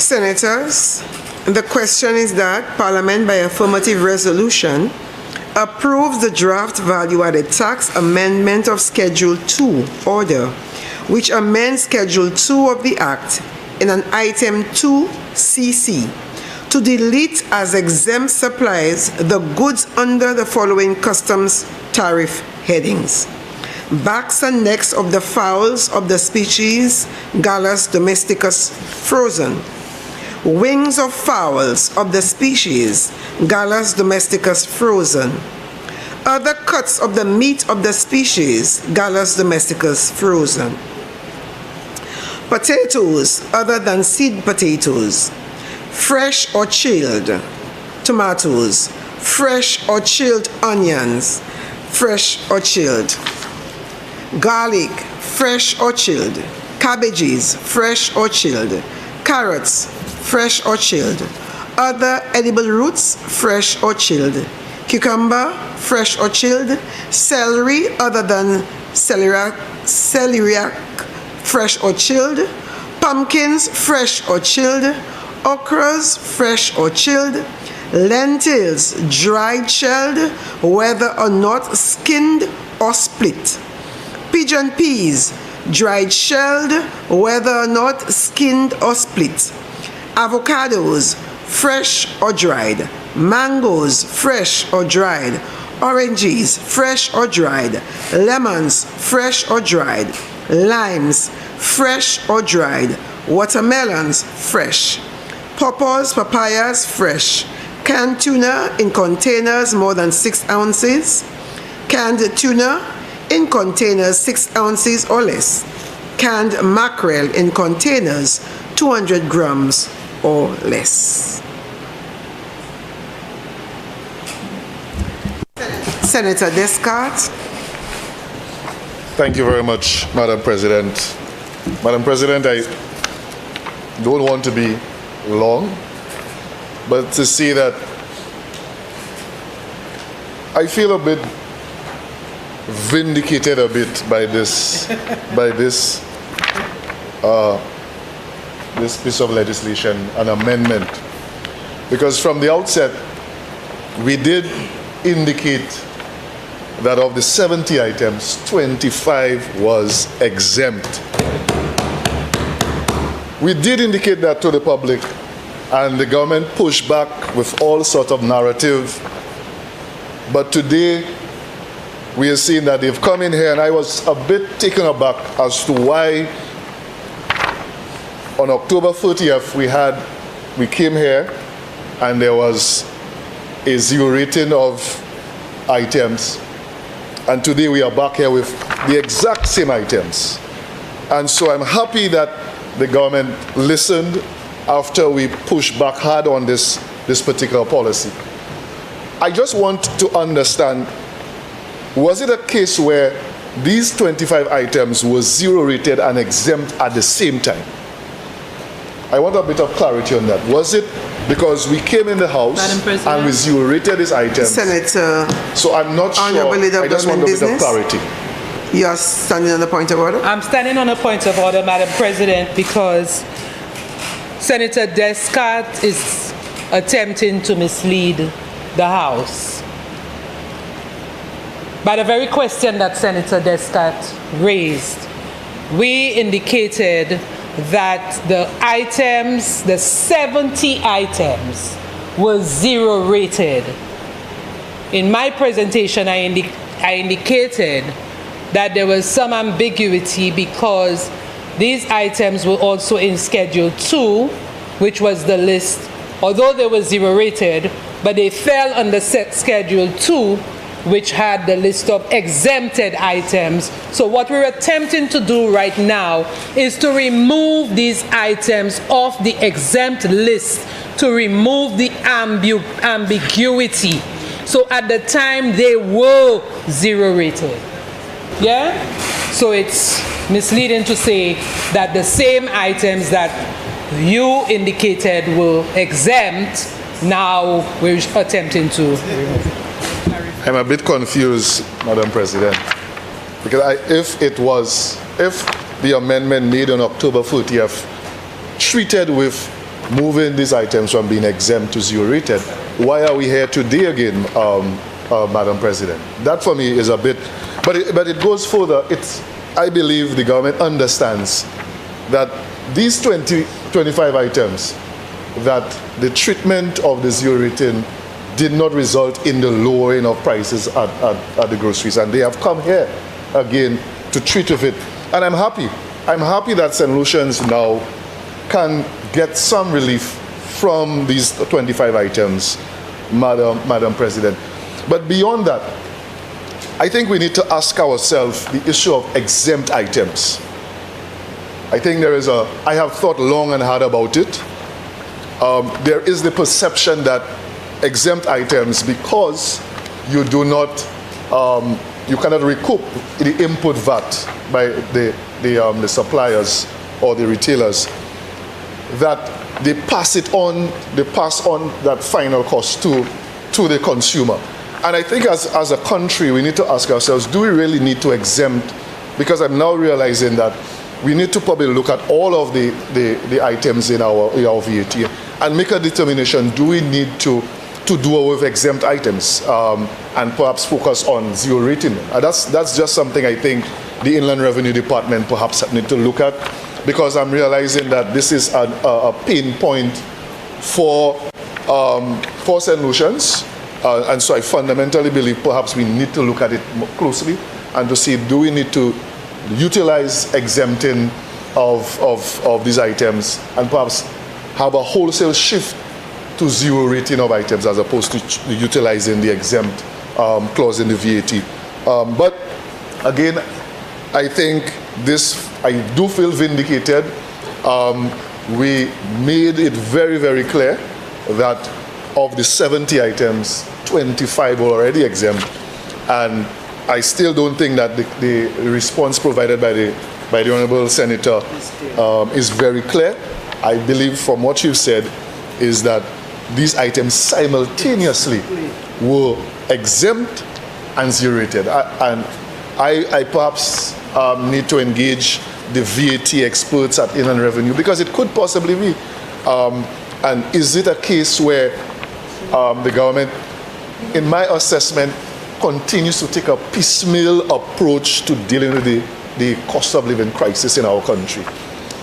I think we see that, a very scattered short approach, a piece here, a drop here, but not dealing with the big issues of the cost of living crisis that we face in this country. And so I think, again, fundamentally, we do feel vindicated by this. And Madam President, I'm happy that common sense has prevailed. Yes. And they have decided to amend this and to ensure that it is not 45 items, it is now finally 70 items. Thank you, Madam President.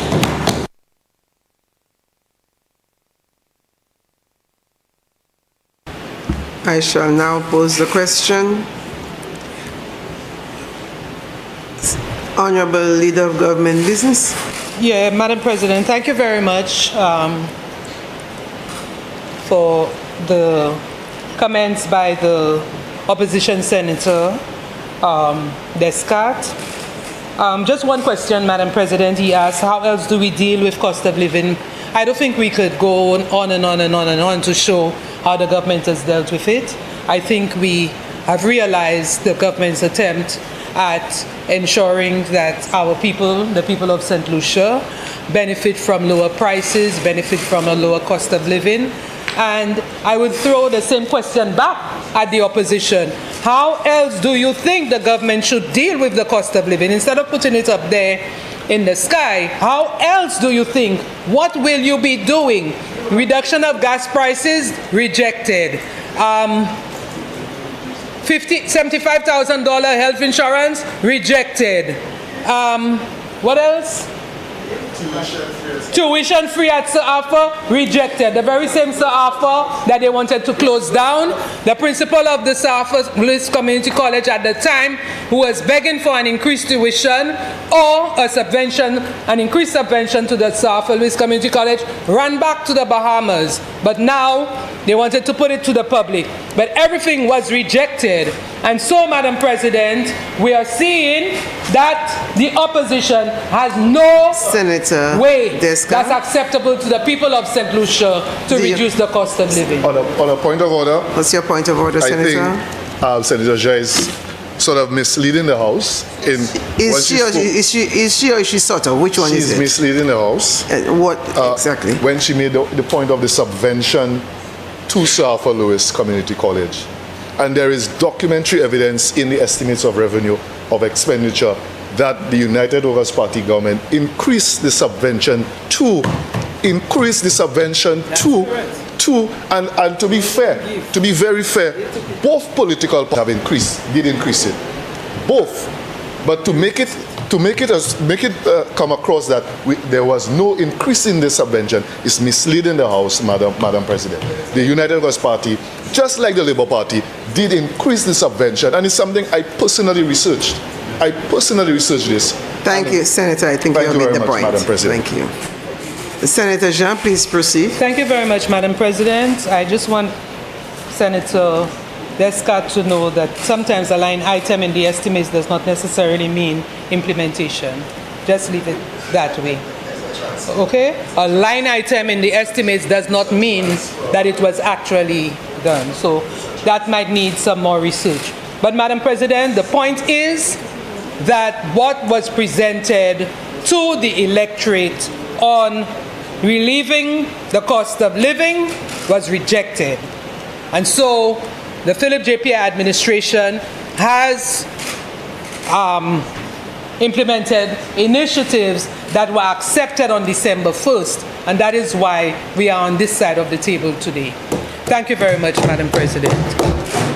Senators, the question is that Parliament, by affirmative resolution, approve the draft value-added tax amendment of Schedule 2 order, which amends Schedule 2 of the Act in Item 2CC to delete as exempt supplies the goods under the following customs tariff headings: backs and necks of the fowls of the species Gallus domesticus frozen, wings of the fowls of the species, Gallus domesticus frozen, other cuts of the meat of the species, Gallus domesticus frozen, potatoes other than seed potatoes, fresh or chilled, tomatoes, fresh or chilled, onions, fresh or chilled, garlic, fresh or chilled, cabbages, fresh or chilled, carrots, fresh or chilled, other edible roots, fresh or chilled, cucumber, fresh or chilled, celery, other than celeriac, fresh or chilled, pumpkins, fresh or chilled,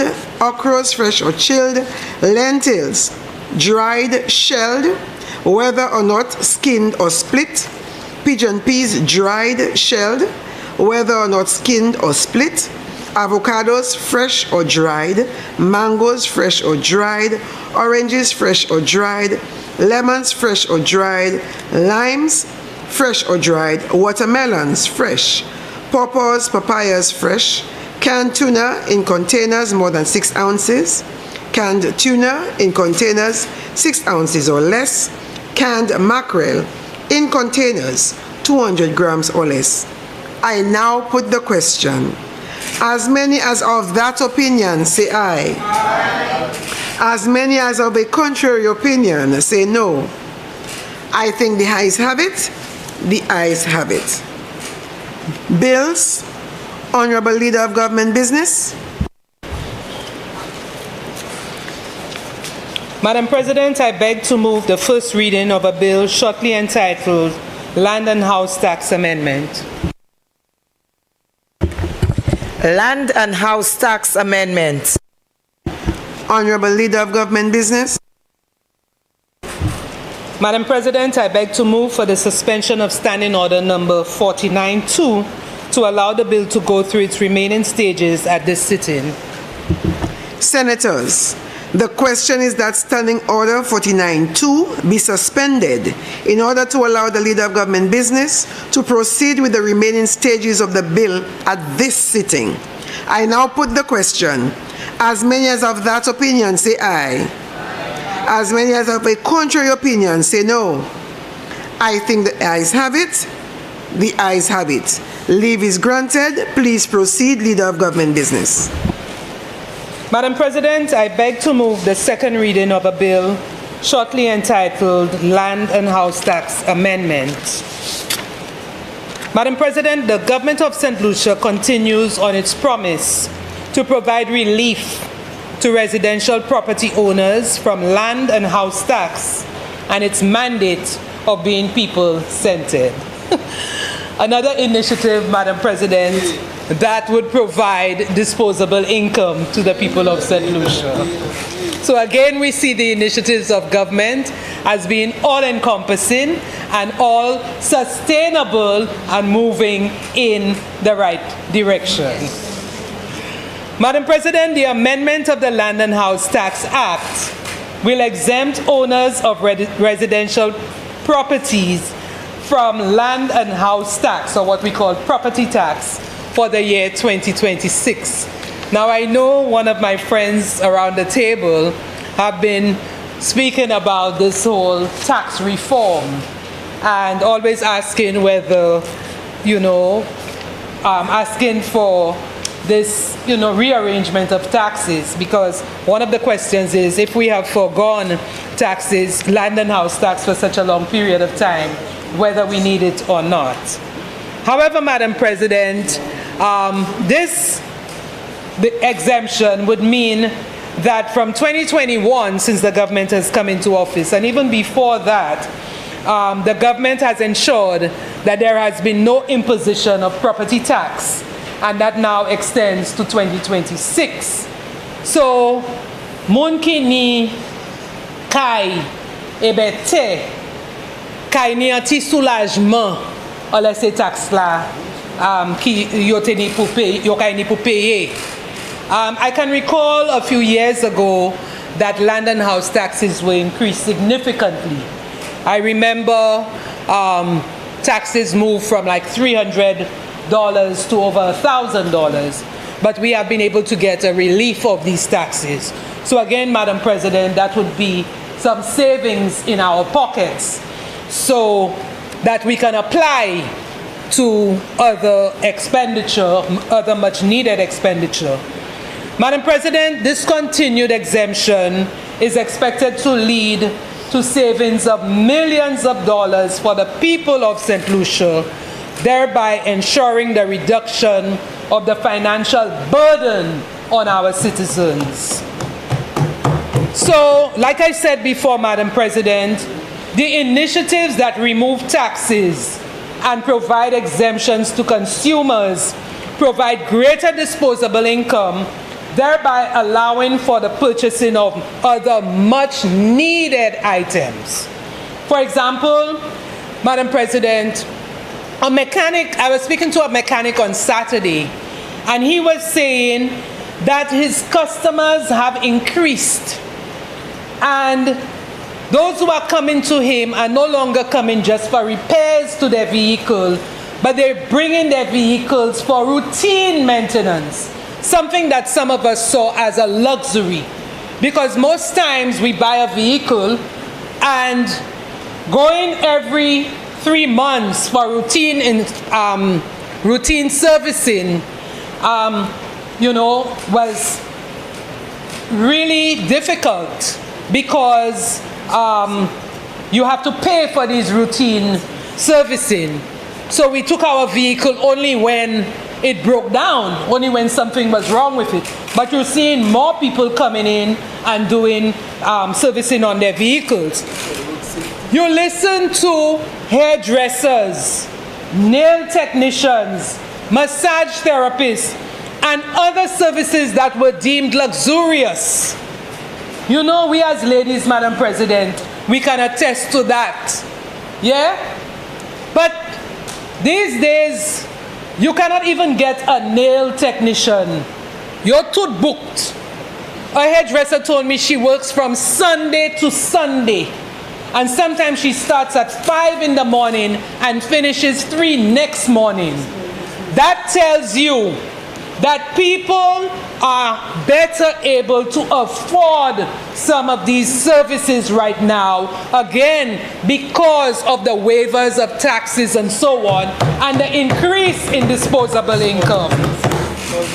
So therefore, Madam President, a waiver of land and house tax for 2026 will provide even greater relief to property owners. These property owners can use the savings of the land and house tax to upgrade, to maintain their properties, because that's another thing we hardly do, to maintain their properties, give it a new coat of paint, fix the guttering, fix, the windows, do different things that would allow for the longevity of our property. And so, Madam President, I unequivocally support this initiative and invite my fellow senators to do likewise. Thank you. Senators, the question is that the Land and House Tax Amendment Bill be read a second time. Senator Polius.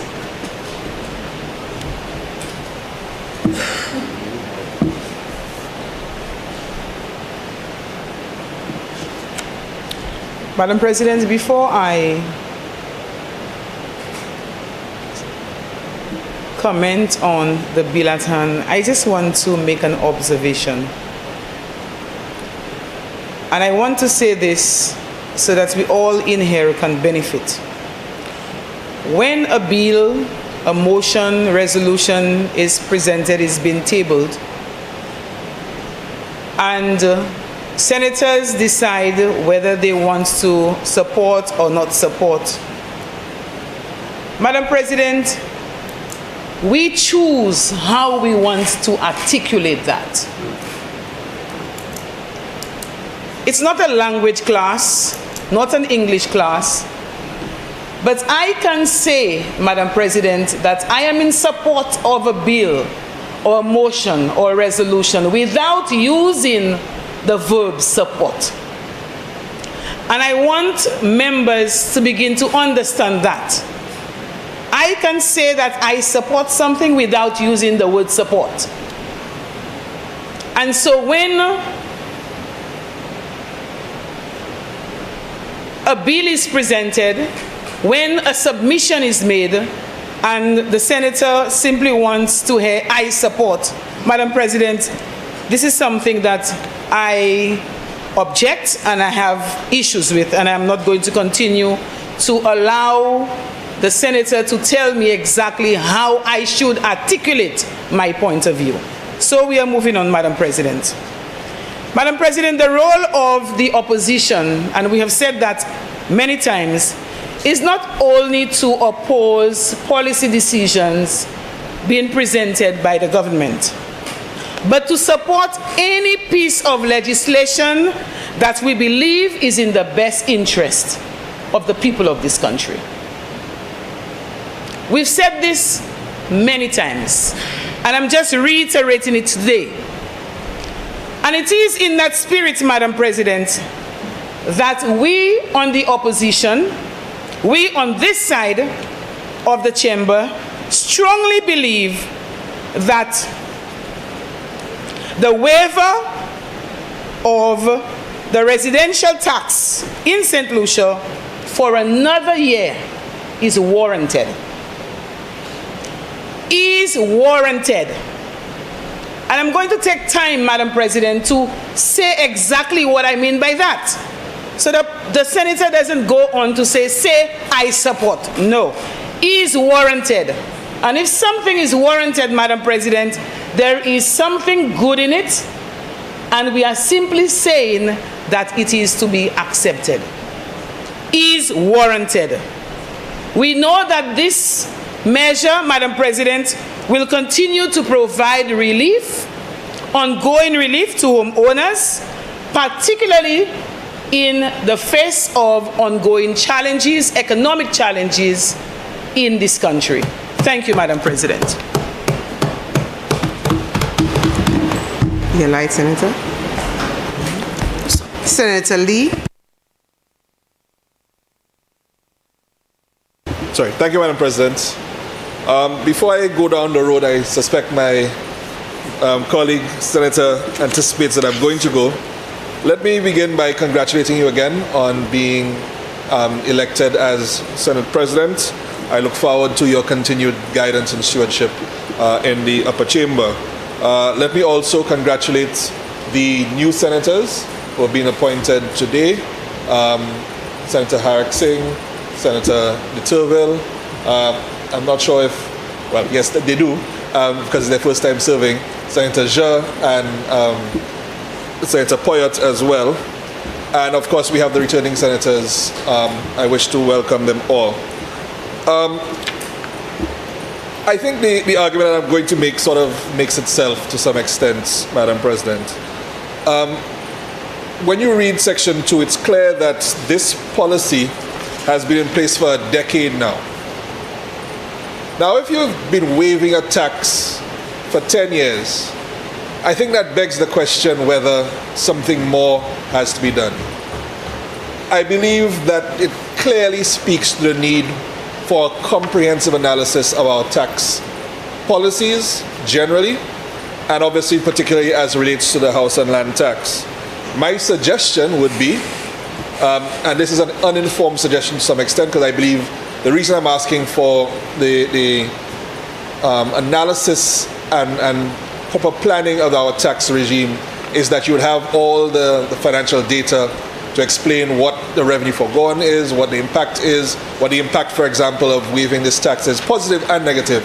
But beside that, I don't know that it's the best use of senatorial time for us every year on an annualized basis to come to deal with this. It can simply, as we've done with the Exchange Control Act, we can simply suspend the operation of this act until we choose to bring it back into force. We have a tendency in St. Lucia, it's probably become a cultural thing now, of temporary permanence.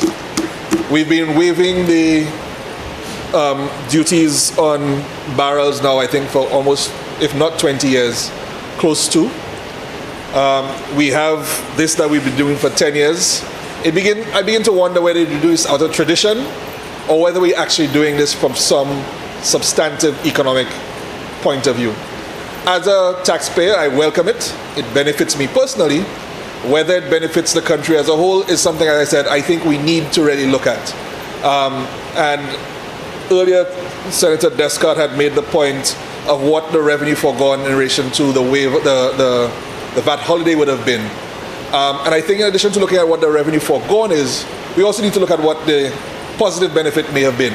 Because, for example, and I'm not really going into that debate again, but for example, having waived the VAT, we may have so increased the expenditure that we more than offset it in terms of GDP, in terms of corporate tax returns on the other side. What I'm saying is our piecemeal attempts or piecemeal movement of the tweaking of the tax regime, whereas yes, it has immediate positive benefits, I think we're getting to the point, and I've been saying this for a while, where we need to make a more comprehensive look, or take a more comprehensive look at our tax regimes, both in terms of personal income tax, corporate tax, land and house tax, and VAT. We need to ensure that our systems work as a whole and maximize the revenue that government is obtaining, whilst maximizing the benefits to our citizens, both in terms of what we have to pay out as well as the benefits we get from the government revenue. And so with that, I'm repeating what I've repeated several times. As I said, I know my colleague knew I was going with this, but I think it is really time that we put in the effort. Let's be a little bit more innovative in some of our tax policies. Let's see how we can benefit both the taxpayer and the government. Thank you, Madam President. Senator Descott. Thank you, Madam President. I really want to stand in support of the contribution by Senator Dilly. And I have in my hand the staff concluding statement of the IMF 2025 Article 4 for St. Lucia, which was presented on December 4, 2025, 3 days after the general election. And the IMF has repeatedly made the point that there needs to be comprehensive reform of our tax system. Now, in my first contribution, I made the point, I was talking about some of the structural factors, high debt, low wage, and that sort of thing. And one, you stopped me, Madam President, and one of these is the narrow tax base that is a critical structural issue that we face. And I have not read the Labour Party's manifesto. I saw Senator Harak Singh flashing one to me, and I hope you could perhaps be generous and hand me that manifesto so I could read over Christmas. But I really hope that there are reforms in there. The IMF has, for instance, the IMF talks about reforming your tax system to boost revenue, improve equity, and reduce distortions in your tax system. Now Senator Lee made a very, very interesting point. We have the barrels, and he called it temporary permanence. That's the point. And I believe the reason why we do this, for example, the barrel and so on, is because of the political mileage you get from it. Every time you come, you say, I'm giving you barrel free, I'm giving you. Again, we need to ask ourselves, good politics or good policy? A simple policy would say we are taking a decision that effective whatever day, barrels become automatically free. Straight. Like you said, we don't have to come here and debate over this over and over again. So I really think that the government needs to take a comprehensive look of its tax policy and its tax regime. You can embed what you call automatic stabilizers. The moment you know inflation gets to a particular point, you trigger a reduction in a particular tax. It doesn't have to be so discretionary. It doesn't have to be so politically charged. We need to move away from this thing being so. I mean, even the fuel pricing mechanism. I have said we need to get to a point where we depoliticize fuel pricing. Simply, Madam President, you ensure that the pricing mechanism build-up is transparent. People see it. Nobody thinks that the government is taking more tax than it ought to be. We need to become mature. How this country is, what, 46, 47 years now? We need to grow up. And this playing politics over good policy, I really think that we need, and I haven't read it, and I think Senator Jean will give me a copy. I really do hope that you'll have a comprehensive assessment of the tax regime in St. Lucia to ensure you can boost revenue, expand your economic, your tax base, and be able to ensure that we could meet the goods and services of the government. So I just wanted to lend my support to the Honorable Senator and to say that I really do hope that the government will look into it to ensure that we reform and strengthen our tax system going forward. Thank you, Madam President.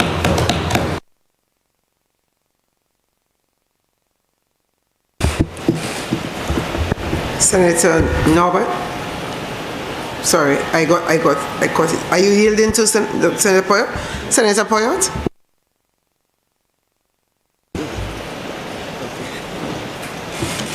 Madam President, I just want to lend my support to this motion on the floor. With regards to London and house tax, the extension of the period where persons in St. Lucia will benefit from the London house tax.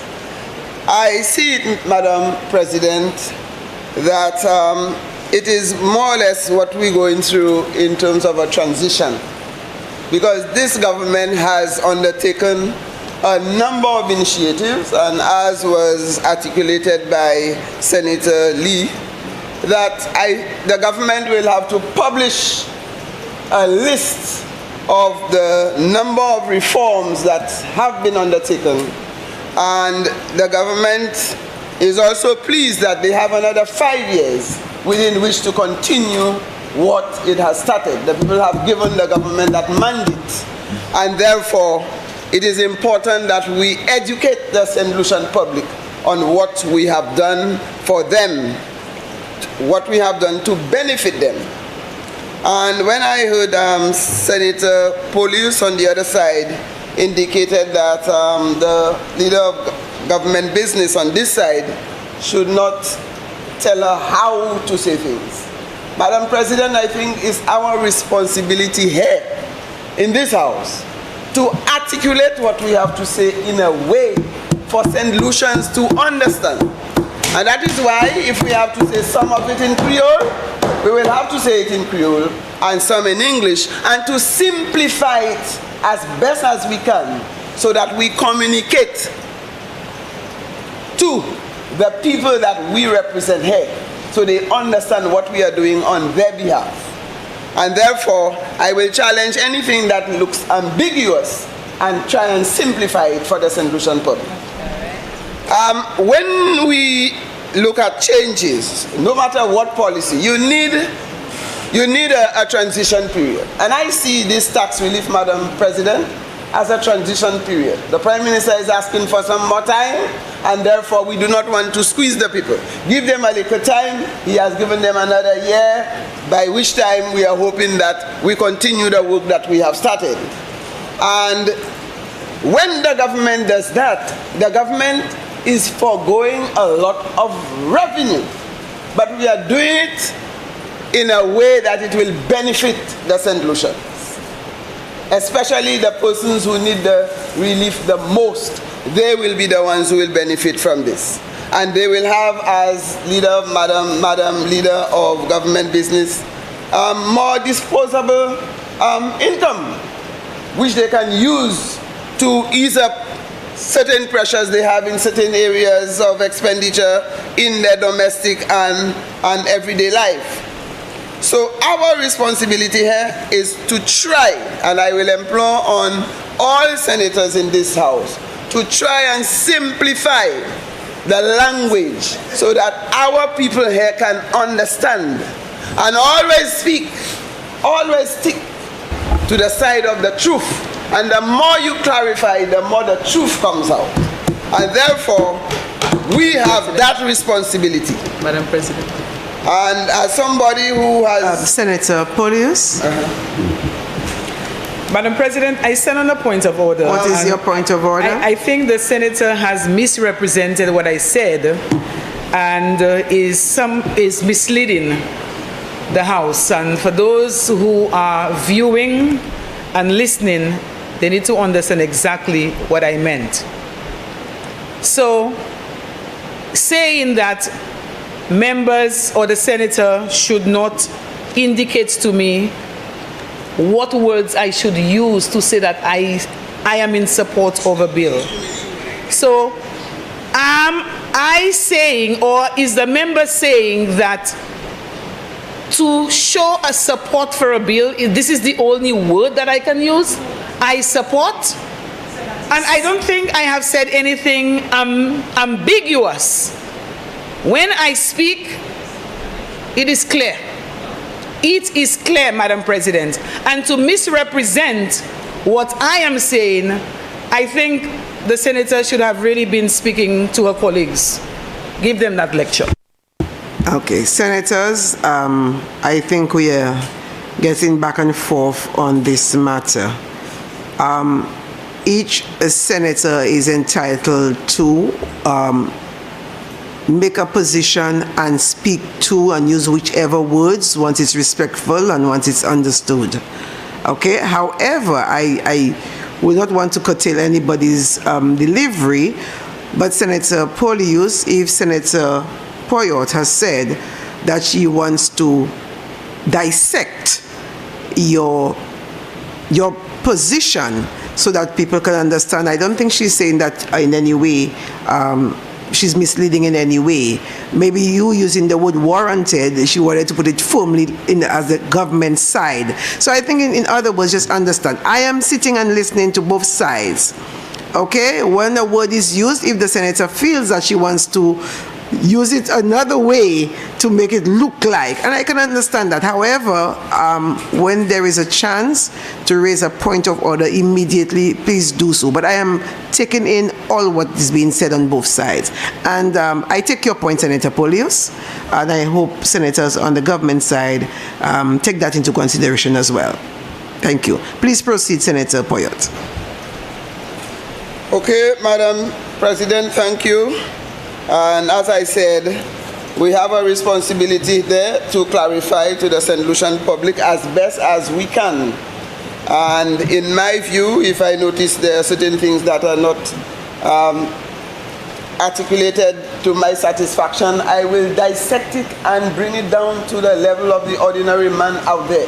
And when it does not come out well in English, I will say it en Creole, Madam President, so that as many people as possible can benefit from our presence and what we have to say. That's a simple language. That's what we are saying.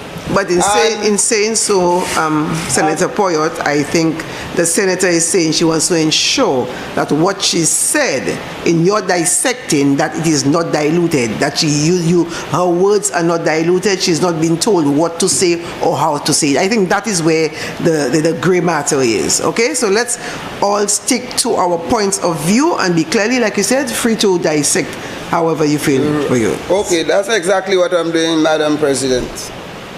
So, Madam President, I see this motion on the floor as one that will benefit persons at all levels, because the Prime Minister is not aware of who will benefit from that policy. The rich, the middle class, the lower class. He said all St. Lucians will forgo tax and land and house tax for 1 more year. So we congratulate the Prime Minister for this initiative, and we implore the government to continue to pursue, as indicated by Senator Lee, to do what we would consider, and I support that point, that we look at the issue of tax reform, which will give government a better means of collecting revenue to take care of the people in St. Lucia. From my vantage point, Madam President, I know the government has engaged in a number of reform areas, and in the coming months, I know they will be looking at new legislation that will govern the public service. They will look at the reclassification of the public service. These are things that have been there for over 40 years. And we have the review of the Labor Act and legislation to govern the Labor Act and gender policies on a wide range of issues. And one of the things I'm suggesting is that government will publish a lot of the reform programs that have been undertaken and those that will be undertaken in the future. And I think land and house tax reform should be one of them. That's my position. And in that case, Madam President, I do support this motion on the floor.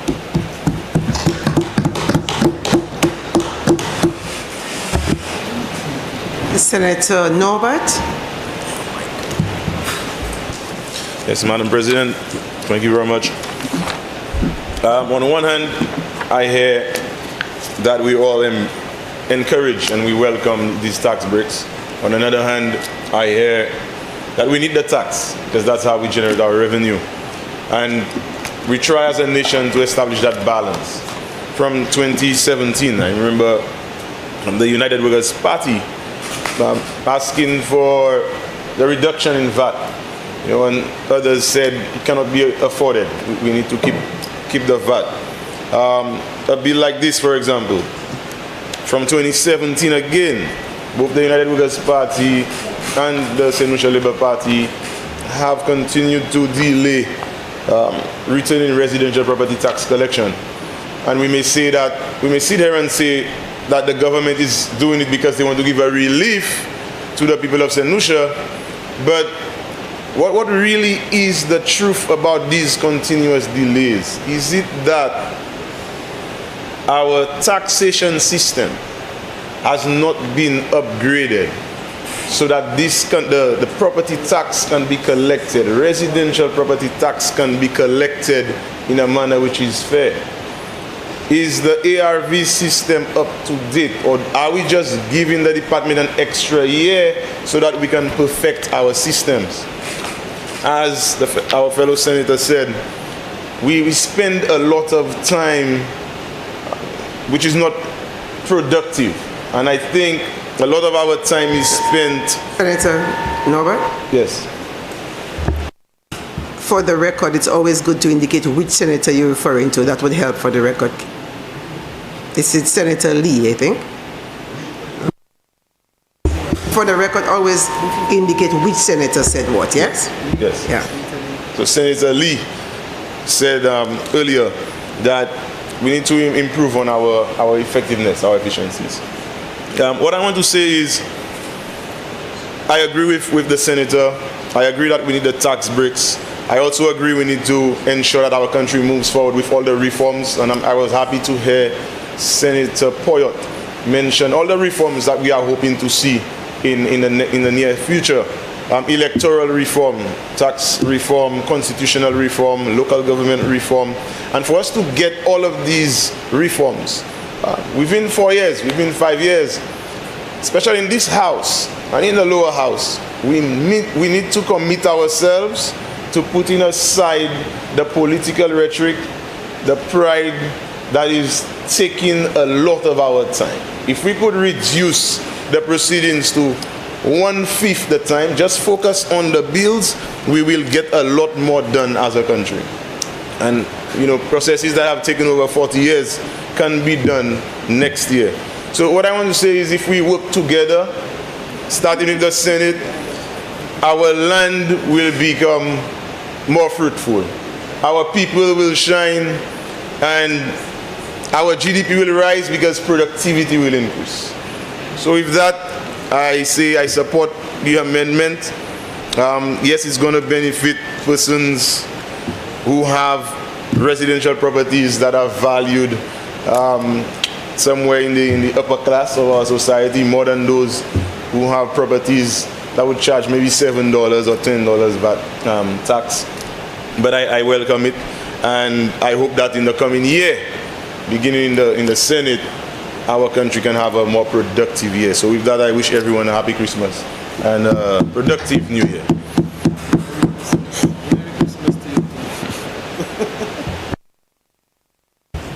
Leader of Government Business. Thank you very much, Madam President. Madam President, I wish to thank senators who contributed to the debate on this bill.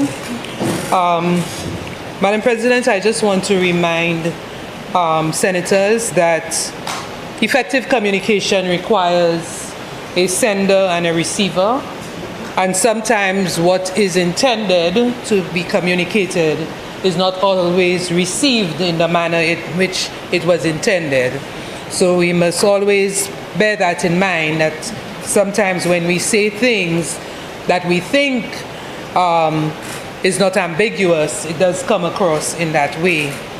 Madam President, just to elucidate on some points regarding this bill, government finances its estimates from revenue, and that revenue comes from taxes, loans, and grants. And so taxes are extremely important in order for government to be able to meet its expenditure requirements. I believe that managing the government's finances is extremely complex because we do not live in a static world. There is a lot of, we're in a dynamic environment and different things can happen. And so I believe there is a reason that some taxes are not removed altogether. Because after you remove a tax, it's often very, very difficult to reintroduce that tax. The people of St. Lucia will not accept a reintroduction of a tax after it has been removed. There's going to be a major outcry. We saw, Madam President, the reduction of VAT and what it did to us and the price that we had to pay as a result of that. And so there might be a reason why these taxes are hanging around. So there is a waiver depending on the performance of the government at the particular time. But with this avenue of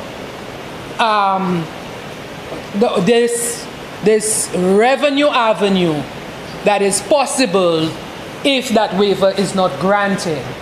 So I believe, Madam President, there are reasons for keeping some of these taxes, lurking around. And so annual waivers might be a better way in the event, for example, if there is the need to give additional financing to the health sector, for example, and there are no other avenues, especially through loans and grants, then the other avenue would have to be taxes. So,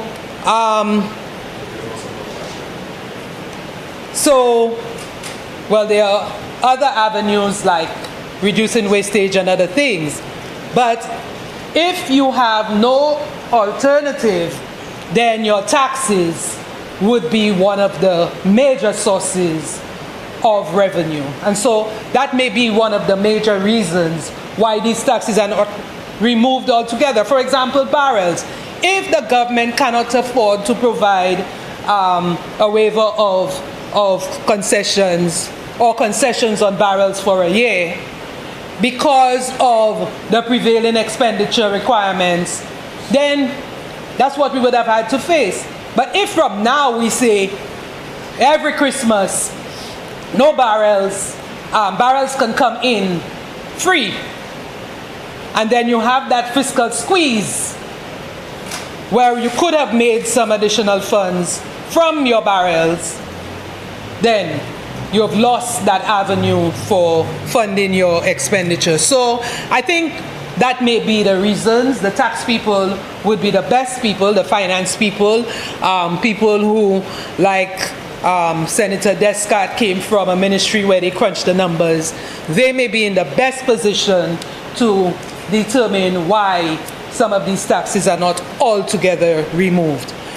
But, Madam President, I believe all of us in here and property owners over who would normally pay land and house tax would be celebrating another year, 2026, of a tax waiver of property taxes, and I trust that they would use that waiver, the increased disposable income, wisely, while the government of St. Lucia has put them first in that regard.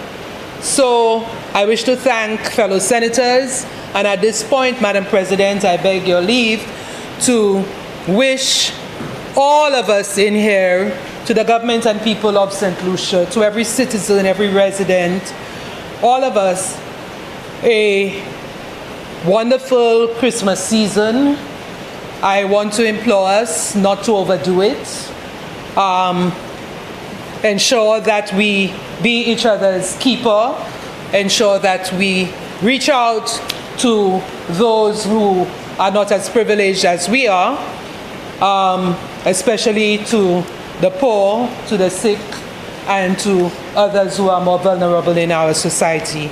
I want to also wish each and every one of us prosperity for 2026. I trust that the good Lord will continue to give us good health, continue to give us clarity of mind, that we can be committed to the people of St. Lucia through the work that we do. Hey, I want to wish you, Madam President, all the best for the season and for the new year. Thank you very much. Senators, the question is that the Land and House Tax Amendment Bill be read a second time. I now put the question. As many as of that opinion say aye. Aye. As many as of a contrary opinion say no. I think the ayes have it. The ayes have it. An act to amend the Land and House Tax Act, Cap 15.13.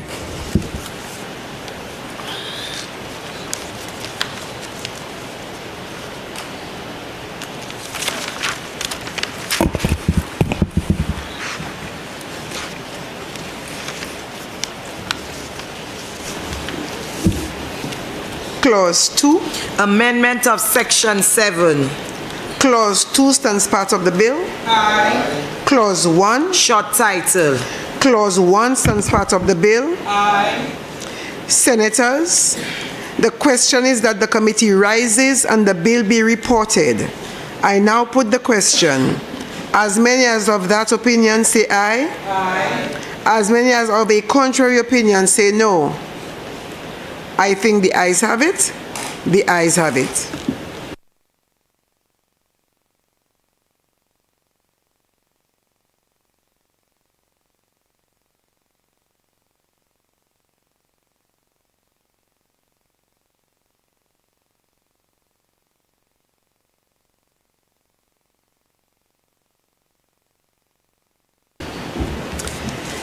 Senators, I beg to report that the Land and House Tax Amendment Bill went through committee stage without amendments. Honorable Leader of Government Business. Madam President, I move that the report of the committee be adopted and the bill be read a third time and passed. Senators, the question is that the report of the committee be adopted and that the Land and House Tax Amendment Bill be read a third time and passed. I now put the question. As many as of that opinion say aye. Aye. As many as of a contrary opinion say no. I think the ayes have it. The ayes have it. Be it enacted by the King's Most Excellent Majesty, by and with the advice and consent of the House of Assembly and the Senate of St. Lucia, and by the authority of the same as follows. This act may be cited as the Land and House Tax Amendment Act 2025. Honorable Leader of Government Business. Madam President, I move that the House stand adjourned sine die. Before closing the question, I wish to thank you, Senators, all of you, for your contributions today. I wish to commend Honorable Leader of Government Business in your first stint. I think you gave a very good account of yourself as well as opposition leader. I note that there are 2 new ladies joining the House, and so I will invite them to join the caucus, the parliamentary caucus of St. Lucia, and also to tell you that the next time we meet, you shall be indicating which committee you wish to serve on. So in the meantime, I want to wish all senators, other MPs from the lower house, the staff of the parliament, members of the Royal St. Lucia Police Force, officers of GIS and NTN, people of St. Lucia, especially you and your families, senators, safe, holy, joyous Christmas season, and I wish you all the best for 2026. Once again, I thank you for your participation, and I wish everyone a safe journey home. Thank you once again. I put the question now. Senators, the question is that the Senate do stand adjourned sine die. I now put the question. As many as of that opinion say aye. Aye. As many as of a contrary opinion say no. I think the ayes have it. The ayes have it. Sitting adjourned. All right.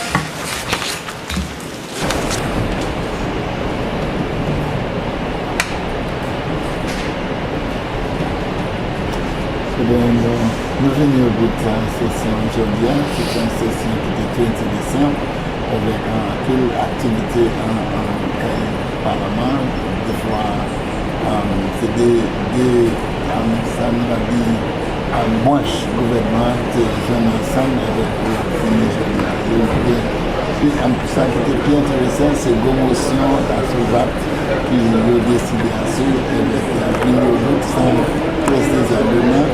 Malgré il va détailler mais quand même, il fait il finit et puis Madame Présidente a souhaité tout le monde en bonne heure et en joyeuse saison. Et puis nous-mêmes ici à GIS Etienne, souhaiter tout gens simplicité, tout le monde qui suivent nous en joyeux et puis en bonne l'année prochaine. Et puis, merci un peu et puis,